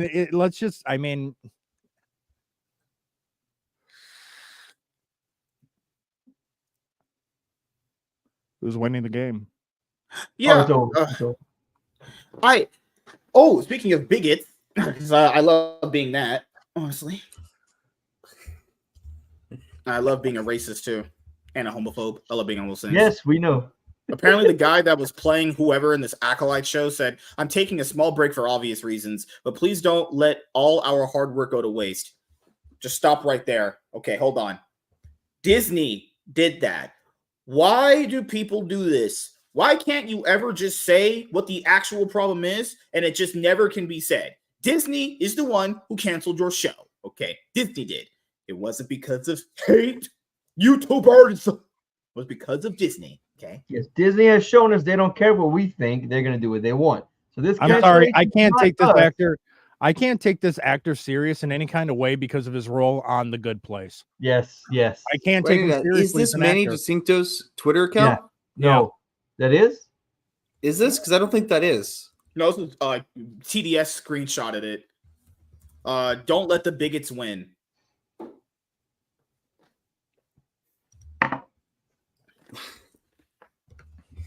Oh no, trust me, those bigots, those bigots you claim were attacking your show are out there going, no, give us a second season. This is great for our ratings. It's great for our monetary. Put out a season 2. Oh my God! Ask, how do you make middle-aged white men hate lesbians? That's the true. Power of one, the power of two, the power of many. Shows like this, Gotham Knights, I think it was called. Gotham Knights. Oh my God! I watched this to disprove hate watching, and I fucking love when these shows. I love his hate watching. We did a watch party for episode 1 of Gotham Knights. So bad. I tried to watch it in 2 days. 10 minutes. Nope. In 2 days, we get Agatha all along. This is what's going to get me onto the freaking algorithms. I'm going to review all the Agatha stuff, and I'm going to do a lot of not friendly words. Oh, especially one of the gay guys are like, man, there's a misconception that Marvel was for straight white men. I don't even want to just unpack any of Hey, that. we don't That associate is with him. He gives us peak- all a bad name.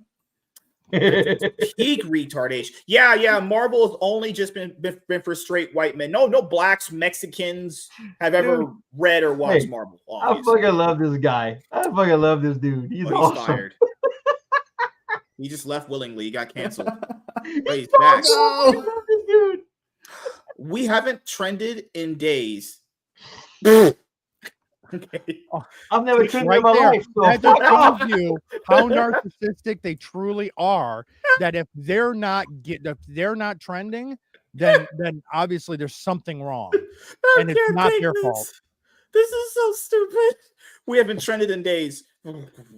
There's many things that trend. You're not the only thing that exists. The signatures have slowed. Petitions have always been trash. Petitions are useless. Not a single time can someone name me a time of petitions really ever worked. Maybe outside of like the Stellar one Blade. that exists. Stellar Blade. We That's got like the the only sexy one. costumes. Yeah, that's the only one that's ever worked. Imagine all the other ones. Remember the Aquaman one? Well, to be fair, that was boycotted beginner. Yeah. Heard, but most people don't bother to use the tags anymore. Manny said his goal was hashtag Acolyte Season 2, and yet it seems like all momentum has died. Don't give up. Remember, it's about more than a TV show. No, it's not. It's not. No, wait. It Gay. is. It's about getting heel versus babyface a second car. Hashtag save the Acolyte. Hashtag stream the Acolyte. Oh, just my God. No, shut up. L. Yeah, because there's nothing promotes a TV show really good by doing a diss track after the third or fourth episode. Dude, she did an MGK diss track against the fans. I have never seen an actor or actress do a diss track on the people that she claims are watching the show. Stop being racist to the Danish right now. Keep in mind, why doesn't I he love keep their that same pastries. energy? Dude, why does he not keep that same energy for Amanda Stenberg who did a diss track against the fans calling you racist if you had discourse about her show? Crazy. Checkmate. It's over. I didn't even understand what the fuck she was talking about either. I mean, I just saw dancing and titties bouncing. I don't know what the fuck she was saying. What titties? hot, dude. Wait, where were they? I didn't see any. I don't know. I saw bouncing and then I was like, I don't know. I can't see it. I can't see that video anymore without automatically imagining Ryan's face on the body. So makes it better. I don't care. She's hot. I don't give a shit. The Ryan video anyway, especially when the Gary part starts. Oh yeah. Yeah, she made a fool of herself doing that diss track. I don't even know what that was for. What was that because modern female actresses in Hollywood are narcissistic, have absolutely no filter, and think everyone's in love with them and will listen to whatever they say and will follow whatever they say. Well, she's surrounded by yes men. She's been an actress since she was 4 years old. The fact that she identifies as non-binary and is a lesbian when it's convenient for her just proves all of this is just that she's narcissist. She doesn't identify with her white parent or white father. It's all about narcissism. She has her perfect mental image and she will do anything she can to maintain it because she isn't able to accept anything else because it'll just shatter, as she put it, her bubble of perception of reality. She said she lives in her bubble of reality. If anything would threaten that, it would pop and she would immediately just crash. It's the safe space generation. I can't believe I shared generation with her. Jesus Christ. Oh, we'll go over this last thing before we head to the show because I do have to get some videos done for the night. I got a lot of them done, honestly. Watch the Union, you son of a bitch. I will do that, and I usually write down the videos. I write down the news videos I have to do, and I usually let them pile up. I am behind. I got to get about 2 or 3 of these done a day to catch up. I'm going to catch up. I promise. Good Lord. I will watch the Union. He doesn't believe me because I'm black. You know what? Crazy. No, screw you. I'm going to go rewatch it. I'm going to start my own fucking channel. And I'm going to review the Union first. God, no, lies. I'm going to have a stuffed you sitting in a chair right next to me. At this point, maybe a Winds of Winter will release before MSK watches Union. I hate it here. All right. So here was Matt Jarbo. So he's never been overtly like an asshole to me. We've had some interactions back in the day, not like bad ones. We've been on like some podcasts together long time ago before I met any of you guys, honestly. He is an interesting figure, let's just say that. But he did chime in on Jeremy Johns' movie review. Keep in mind, Matt has admitted he hasn't seen this movie, and so I'd imagine he just watched the review, right?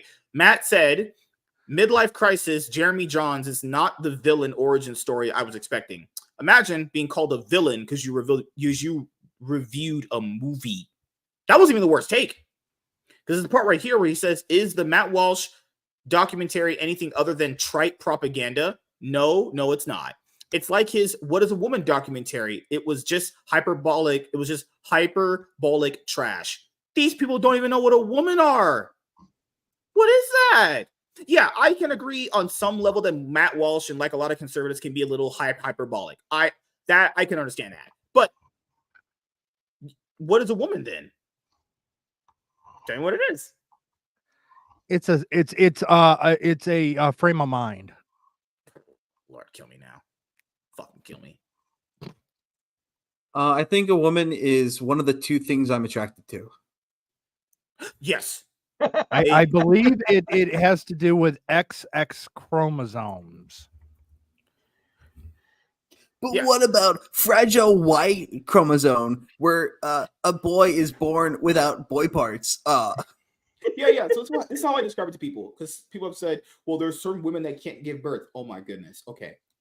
Even if that is true, they still have the necessary born parts to do it. It is the potentiality. Yes. Good Lord. It's like that person that says, well, like sugar is a drug. It's like, oh my God. Well, wait. Technically, Sugar is a it drug. is. Technically, by definition, it is. But I get where you're coming from. It's and I not agree with it's not like Well, an then heroin. Sugar is an Yeah. addictive substance. you. Anything that alters your brain chemistry is considered a drug. Right. That's what I'm getting at. It's But yes, just- I agree with you. Nicotine, it's like, caffeine, sugar, Everything. it's like that anything you ingest. person that Sunlight. knows that it's like that person that they know they can't back up what the hell they're saying. They know they're speeding just a bunch of bullshit. Well, certain women just can't give birth. That didn't change the argument at all. They're still naturally born women.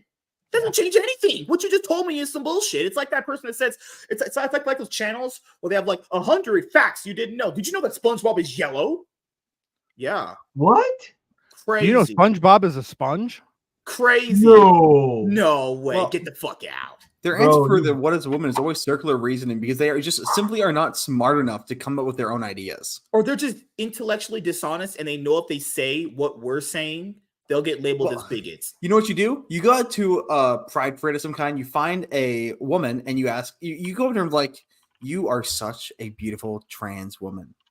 I am so happy that you felt comfortable coming out, because you do that. And there are multiple videos of women, of guys going up to women and doing this at pride parades, and their mindset just shatters. They cannot figure out what to say because you just insulted them by calling them trans, but they have to say trans is beautiful. So they can't, the cognitive dissonance is so aggressive that you can just see them shut down.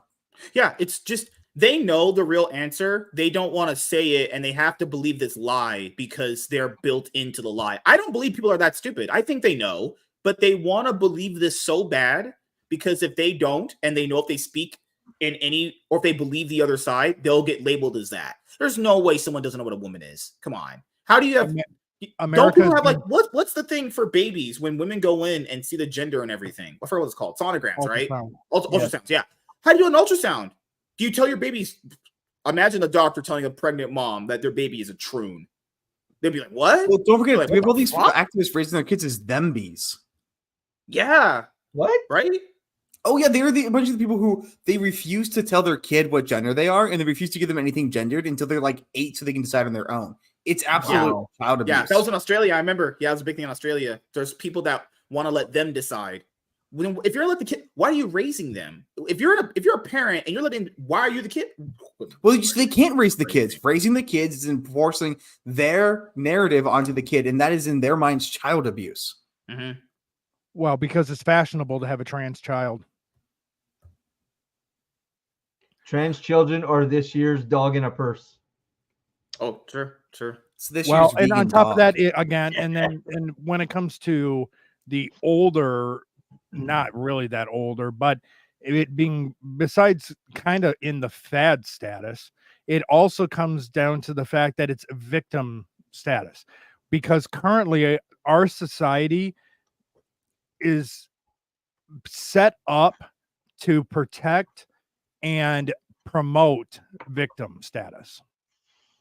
And so if you don't have some kind of victim status, then you're not important and no one's going to listen to you, even though you're an individual with your own opinions on stuff. But if you don't have that victim status, then I'm an oppressor and I'm evil. So I have to be a victim of something.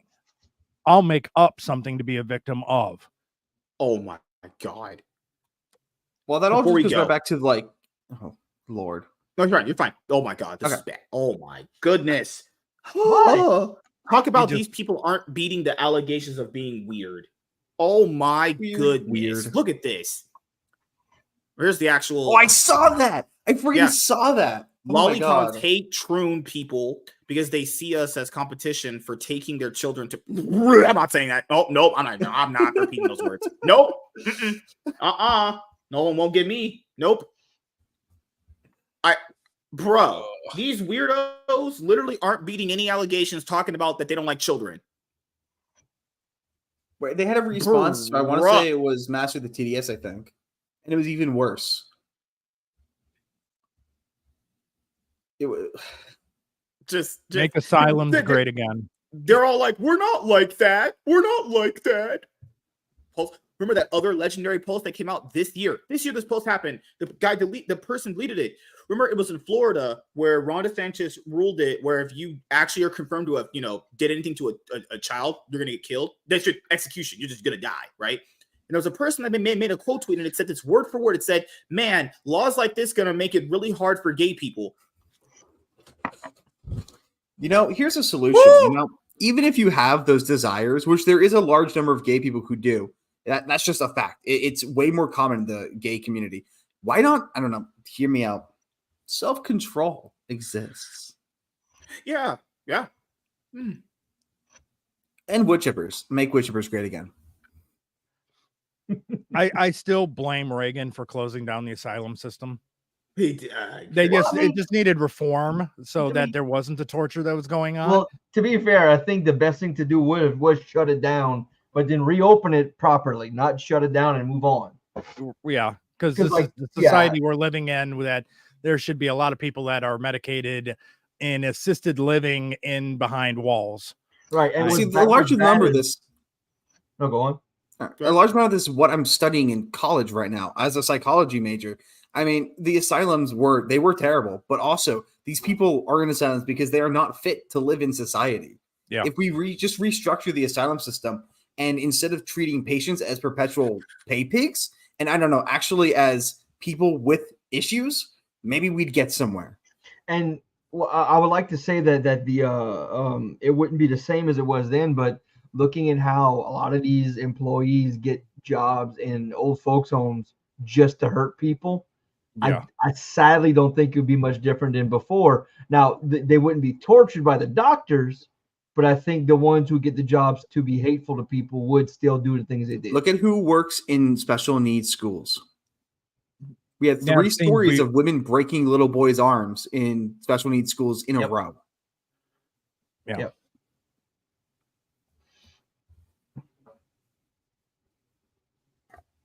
And my wife works with in a complex care clinic that all they deal with is kids with essentially special needs and kids, on that doorstep of of not being here anymore. And like by the time they come to their clinic, like she is getting overloaded with patients because her doctors keep finding new. She's a nurse. She kept finding new patients to bring in because they're getting treated like you mentioned in these other clinics, and they just get kind of like they fall through the cracks. And when they do find someone, there's always someone that's like that mistreats them. I mean, I don't have the details because it's HIPAA, but like, yeah, man, like I would love to say that it would be different these nowadays, but I don't think so. I think that maybe the medical part would be different. There would be electroshock therapy people, and but I think there is still a lot of horrible people in this world that would grate them when they're in their rooms, or beat them when no one's looking, which is pathetic and sad. Yeah, I imagine that, there are people there like that. It's just, there are some people that are so mentally ill, far gone, like, for just roaming. There was one in New York recently where a dude just, like, knocked out a girl just cuz. So, Mr. Hat, yeah. That was Mr. Hat. How you doing, man? How you doing? You're right. Just fucking hell, dude. Like, and eating cat. I'm gonna get a cat to save the cats. I'm gonna save the pussy. I'm gonna save it. There you go. My little 3-legged baby. Ugh, gosh, man, I love cats. Oh, crime fighting kitten is about to go under the knife. No, why? No. Because he's got to get neutered. You are a horrible person. No, I'm kidding. How would you feel if someone were to do that to you? Actually, you'd probably. I probably have already kind of done that to myself wouldn't right now mind it. because I'm I'm proud of kind of having taking kids. myself What, are you out of the married? dating market, and I just don't care. Yes. Because all women right now seem to be in a place of psychoness, and the ones that aren't psycho seem to be taken. So I've kind of just like, I'm good right now. Once again, I'm college age. Tell me about it. Oh yeah, you're in the worst generation. I apologize. I would love to stop having kids, so I need that. It's called self-control or snip. Hey, I you know know what? Just working on do that. what Kamala Harris does, and you won't have kids anymore. I can start doing that. Yeah. $20 is $20 Yeah, Just bucks. get some knee pads. $20. Have you heard of the Why? protection? You guys My have knees you are so heard of messed the up. I protection can't kneel plan? down. Huh? Or, Yeah. you know, ever- Kamala Harris. Talk about shield. protection plan. Just use that. There's a protection is for losers. Just pull out and blow it on their face or their chest. Hey, you ever wonder why you have trouble meeting a woman? Hypothetically speaking, Hey, Hypothetically. you can't be giving them the Krispy Kreme, okay? I would say this: my Riz has only worked on select few women throughout my life, but it is 99% effective with just those few. See, I'm only good at getting guys, but none of them are the guys that anyone would want to date. Yeah. Are you attracted to like the bad boys kind of thing? Oh fuck no. Okay, good. That's still really great there. That 1% works 99% of the time. To be fair, I have 100% win rate with women, despite how many few it's worked on. It's Hey, a if league you thing. only That's a make meme in the one league, actually. shot. It's true, right? Making 0 shots is still a 100% success. I mean, I'm just saying. I love that. There was a meme that was kind of going around. I think it was from Babylon B, and that's MSM quote taking. You miss 100% of the shots. I just sitting there taking. I have a dream that one day, judged by color. I mean, it just taking famous quotes and cutting them and paste and reconfiguring them, and that's exactly what the mainstream media does. Yeah, But that's what about the Mark Cuban thing. And then whatever the last part is. WC, women shouldn't vote MSK. There you go. No, I just saw a black dude take a dump in a street. Why were you watching that? Just because there was this lady that puts out these videos in bigger cities. There. I mean, I could see if it happens in front of you, not turning away, but like watching it online. Come on, it's like picking your nose. Everyone's gonna watch those videos. They're just gonna lie about doing it. That's true, right? I mean, I've had sex with so many women at this point. You're selling my cousin, dude. From like way back in the early days of the internet, whenever Rotten was a big deal, it's like, come check this out. I'm like, I don't want to watch a dude getting decapitated. It's not what I'm into. Shit, man. Well, yeah, we had a great show tonight. We're gonna wrap it up here in a few minutes. Obviously, I gotta get some of these videos done and watch the union at some point. At some point, I will. I'm fuck you. I'm doing my own channel. Oh my god, you can't do that like to me, man. You'll blow up in no time. Let's do it. God. I just don't get it with life now at this point. Maybe I'll blow up one day and I'll be a popular YouTuber. You know, just kidding, guys. I'm fine where I'm at. It's totally fine. Give me 1 second here. 1,000. So in the Done. in the delusional world of MSK, I have saved the city on multiple occasions. No, but the thing is, I hold really up. want to get back on that. Give me 1 sec. What the fuck is my We have the asshole Green getting blown out Arrow, for? and we have the Flash here. The Flash being MSK, given how quick he glazes women. Right. I love it. I love this dude. You think I've glazed women? You're giving me too much credit.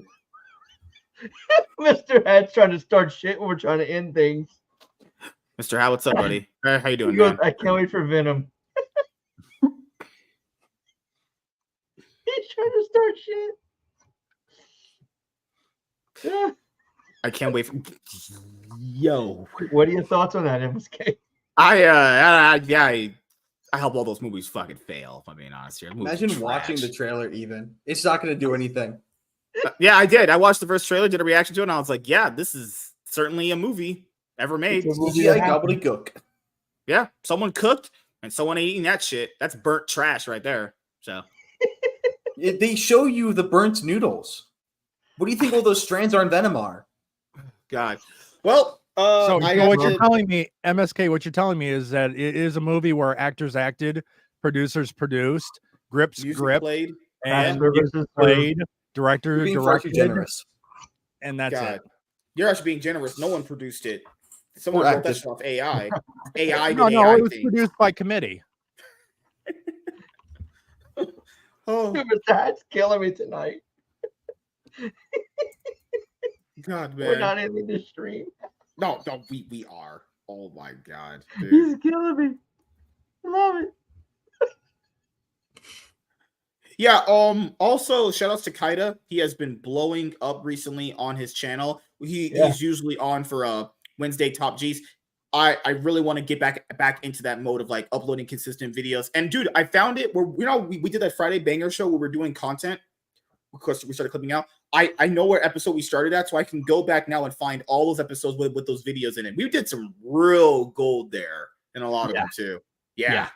You know, there's ones where Tiny was on the Nerdrotic one. I had to kind of reel her in because she knows who's boss. You know, she knows who daddy is. You know, no, couldn't do it. Couldn't do it. God, one of these days she's gonna kick your ass. That's kind of hot. I'm gonna be Please there let to that happen. No, it's not too She often can't when someone knows fight. which black guy's their daddy. I'm She just picked the wheelchair up and just beat the shit out of him. She has small hands. She couldn't hurt anybody. Oh Her no, hands no, are no! like- Her mom's gonna be there, and she's gonna be literally holding her back. Her mom's gonna Yo. watch. Crazy. Look, man, in my years as a police officer, I would rather fight a 6'7" dude which on steroids than a small woman. They are fucking violent, feral. They can break something and keep fighting through it and just to destroy you. They're short because they're closer to hell. Yes, and they're Dude, just I anyone. literally could Jesus just Christ, restrain man. her. No cuffs fit them, and they can slip out of anything and like just. I could Tear easily you just up. restrain her. It's not that hard. She weighs like 100 Okay. pounds, probably. Maybe 110. I feel like if she double blinks at you, you're done. Probably, yeah. You know, she couldn't handle my Riz when I was talking to her a few times. We met in real life. You know, she was like, "Oh my God, Miss K, you make me so wet." Just tell what I do, man. I get the ladies What he's off. not telling you I is it think was that's just so you raining can stop outside. spitting when you speak. Oh, kill me now, man. I hate it, dude. And right now, I'm just getting stuff written down for videos I need to do, like actual stuff I need to do. Oh my God, it's piling up so The bad. union. Oh yeah, the union. Yeah, that too. I'm gonna fly to California fun, yes. I'm gonna make you Okay. watch the union, and then we're gonna. I'm gonna be in your room. We're gonna do a video. Holding Oh, your God. eyes open, dilating them. With the little things from Clockwork Orange. Is there anything from Star Wars we have to? No, we did enough Star Wars videos already. Is there anything we could do? Oh no, there's one. Spider-Man. What's about Spider-Man? What news is Spider-Man? Oh no, I remember. What? I'm trying to go over all of this. Shang-Chi Like, director. yeah. Thank you. Yeah. There's news videos I have to do, and if I usually have a number next to them, there's more than a piece of news there. But I have to make sure I have to edit it. Don't forget the union on your list. Thank you. Glad it's there. I'm gonna start messaging you every day on the hour. Hey, just make sure you leave in time for your daily prostate check. Hey, if a girl puts her fingers in my ass, just clean me out. You know, just dig all my shit out, please. Well, speaking of digging out shit, time to start outros. Darnell, what you got planned coming up beside the union? Tuesday. God damn it! Tomorrow night here. After I'll be doing first before I'm here, I'll be doing the quiz on for Mr. Burger's The Pitch. I will be doing that on Tuesday nights. At the end of the pitch, we're gonna switch to the weekly quiz show, and then I'll go leave from there and come to here with MSK. We got Wednesday Top G's, and then Friday Bangers, and no Strahd for a few weeks. So, no curse with the long black rod. Yes. All right, Arza, what you got planned coming up that you would like to let the audience know about?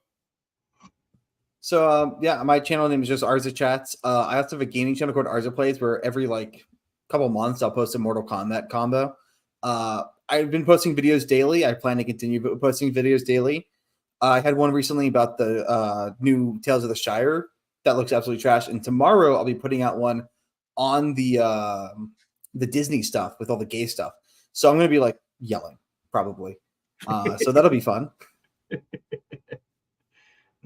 might pull up my gay voice. Awesome. Hell yeah. And Emerald, what you got planned coming up besides being a cat lover? You failed that one. There's nothing wrong with pussy. It's kind of hairy sometimes. Wait a minute. Back here on Friday and then Saturday as well. Otherwise, a kickback week where I'm going to be stressed out with work like normal. Hell yeah. And as you guys know, for me, I am going to be working on putting out consistent content as I have been. My comic book channel is 33 subscribers away from hitting 100 subscribers. So, no, I'm gonna do it. I'm putting my foot down, So yes, consistent content is coming out on both channels. I am working on getting the other one started up. It's just I really want to make sure I'm getting a lot of this stuff done. So consistent content coming out first and foremost. Videos are dropping. I want to get back on that. Fucking drop a video, you see it, and it's gonna work. What is you guys are crazy? That was a good one. I hate all of you guys, honestly. You guys are insane. Cloud9 podcast, new episodes are getting uploaded. Fucking hell. Cloud9 podcast videos are going to Rumble. We're currently uploading season 4. And also the Iron Man and Cloud9 podcast are on podcasting platforms. And if you want to listen and watch into the God, Jesus Christ, we're in hell. We're literally in purgatory. Said to Mr. Hat killed me.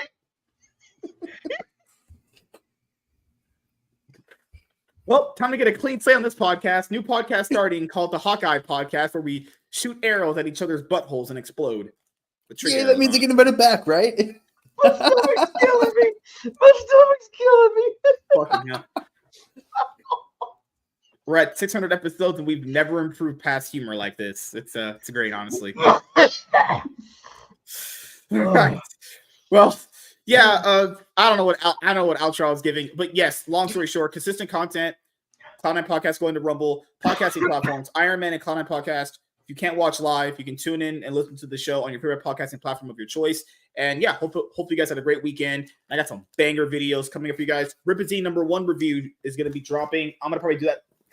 Let me check the percentage on my phone. Let me check. Isn't the second one's about to come out and you haven't reviewed the first one? Oh, whoa. Yes. So also coming out soon is a review of the Union. Yes. God, don't do this to me, guys. Please don't do this to me right now. That's the new Nice. Yeah, you have the collector version. I like that. I have both of them, and I haven't read either of them yet. Yeah, we just reviewed Gooding last night, but obviously I like to do things in order if I can, for the most part. I know for comic books I can't really do things in order for the most part. Well, Rippaverse you can, because the books are coming out slowly enough. I'm reviewing Rippaverse number 1, and we already did Gooding, so I could just drop the Gooding review right after this anyway. But the reason why I have to do this one alone is because I want to showcase people the other way I'm going to do comic book reviews if I'm not doing them with Professor Savage Dad, actually. You guys are going to really like it too. So he's going to release Gooding whenever Yaira 2 comes out. Hey, nobody reads Rippaverse books. Right, true. Nobody reads them. Nobody buys them. It's just a figment of our imagination that retard fat fuck Ethan tells us, honestly. It's crazy. He says he doesn't shit talk Chuck Dixon, but I have tweets that say otherwise, honestly. I have one guy who keeps sending nasty messages in my my Horseman video, just hating on Rippa. Yeah. People are just deranged. If MSK reviews the Union, I will buy him a screwdriver. Oh, I need a screwdriver. I gotta go to the store and get a screwdriver. Holy. Oh, I'm gonna send you a fucking set. God. But yes. Ripazine, Order the Horseman. Can't wait for it. Yeah, I bought cover A. So wait, I have a question. I just got it tonight. On the website, it says $25 is the starting price. Yes. It said 20. It was 29. When I bought an alternate cover. No. If you buy covers, yeah, you're right. It was 29. Yeah. All 4 covers were 29, 29, 50, 29. They have to. When I looked, price, cover D was 25. The default cover I is 25. just looked tonight. They were all 29. Yeah. For me, I paid, I think, 29 for my cover A too. Let me check out before we leave. God damn people. Yeah. My stuff. I get shit. Yeah, because I want to cover the default cover, but I don't want to get default covers. But that one I like cover A. I like it. Just looks so simple. I like it. Yeah, the reason why I never. Yeah, according to this, it's 25. The reason why I never get mass covers is because the mass cover is always going to be there. If I'm going to get a cover for the campaign, I want to get one that it's not going to get reprinted. Like, why would I get a mask? Unless the mass cover's art is just better objectively than all the other ones, you know. Rippaverse horse pack, ketchup pack. I want ketchup. I don't want mustard. I don't want a mustard pack. Catsup is better.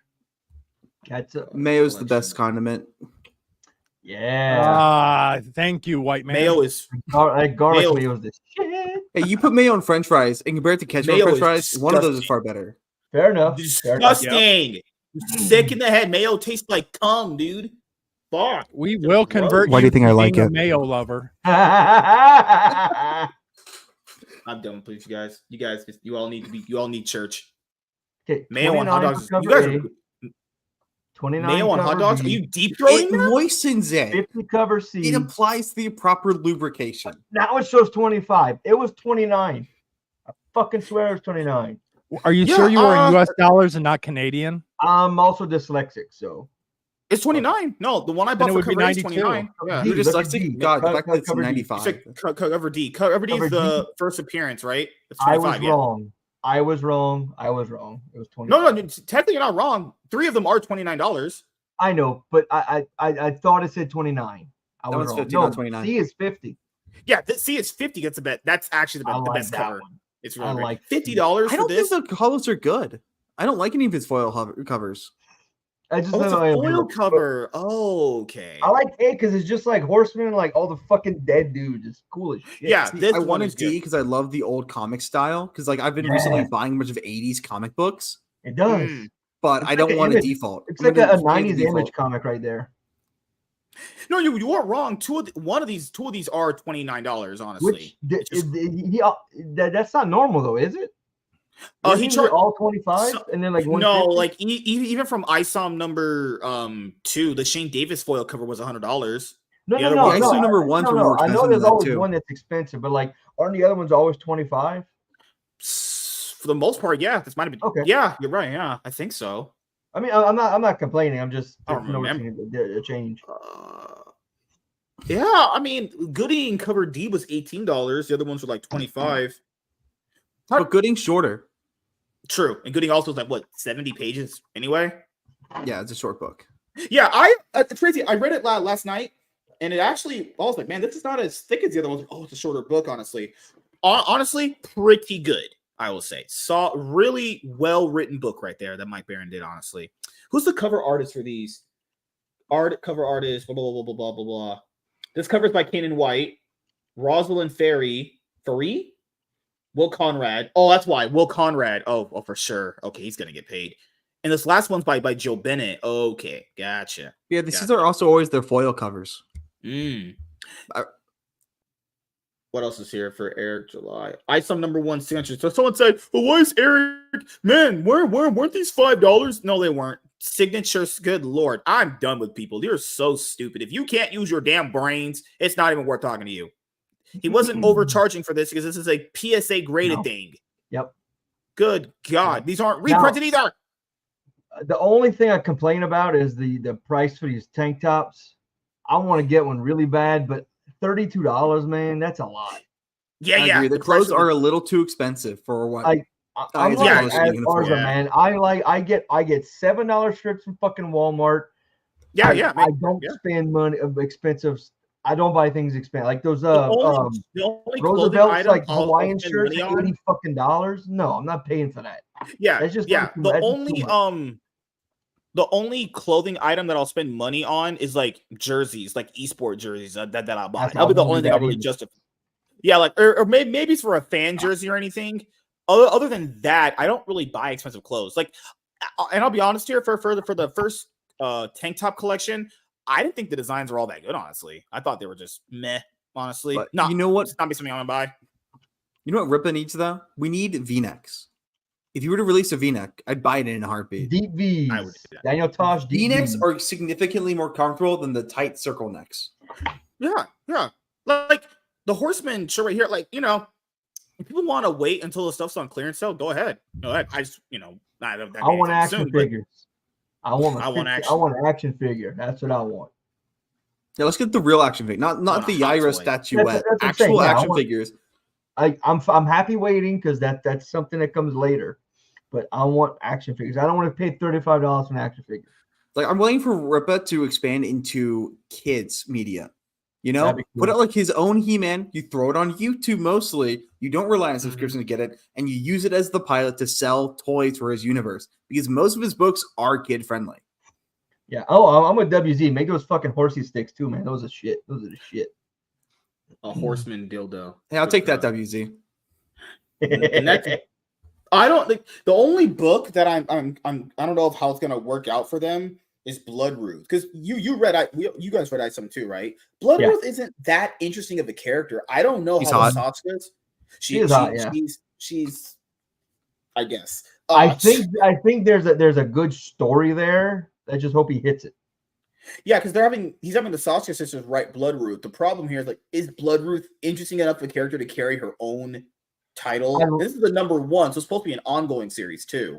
I like that he's doing this it's branching out to different genres. The end of Isom's career, so he's bringing all these people in, already established people. As long as he doesn't go back and origin all these people, he does this kind of makes stories on all these different characters that are already established. I don't mind getting little bits and pieces of their history as we go on. Yeah, it's just like Gooding himself was relatively interesting. I did that one in Isom too, but Bloodruth was. She's not even a bad character. She's just this is kind of a character that's better featured in other people's stuff than her own thing, But hey, if the Sasas can convince me, good. I mean, I'm buying the book. It's just it's probably the least character I'm excited about to buy a book from them just in general, Yeah, Bloodruth's powers are cool. It's just they didn't really do much with her in Isom #2, actually, Because I'm gonna give her a shot. I'll give it a shot, And Gooding and Horseman are one shot. So we don't know if they're going to be an ongoing series. Yeah, they're not ongoing series. So, but to be fair, given the fact that Horseman's made that much money, an ongoing series is probably on the table right now. Like when you make $500,000, just saying that's going to be the deciding factor. But he's running. He's going out of business. Don't worry, guys. He's going out of business. Let's hypothetically in a different world he did. It'd be like 20 years. I was calling it since day one. Go out of business, bruh. 2050. What are you talking about? Good gosh, man. But yes, thank you to every single person that did come on the live chat. Actually, Azra chat for being on the first time. whenever he wants to come on. I'll try to see where I can fit him in on the show, actually, wherever they wants to be on. Make that happen. Yeah, thank you guys for checking out this episode of the Iron Man podcast, and we'll see you guys later. Have a great night, everybody. Have a great day. See you guys later.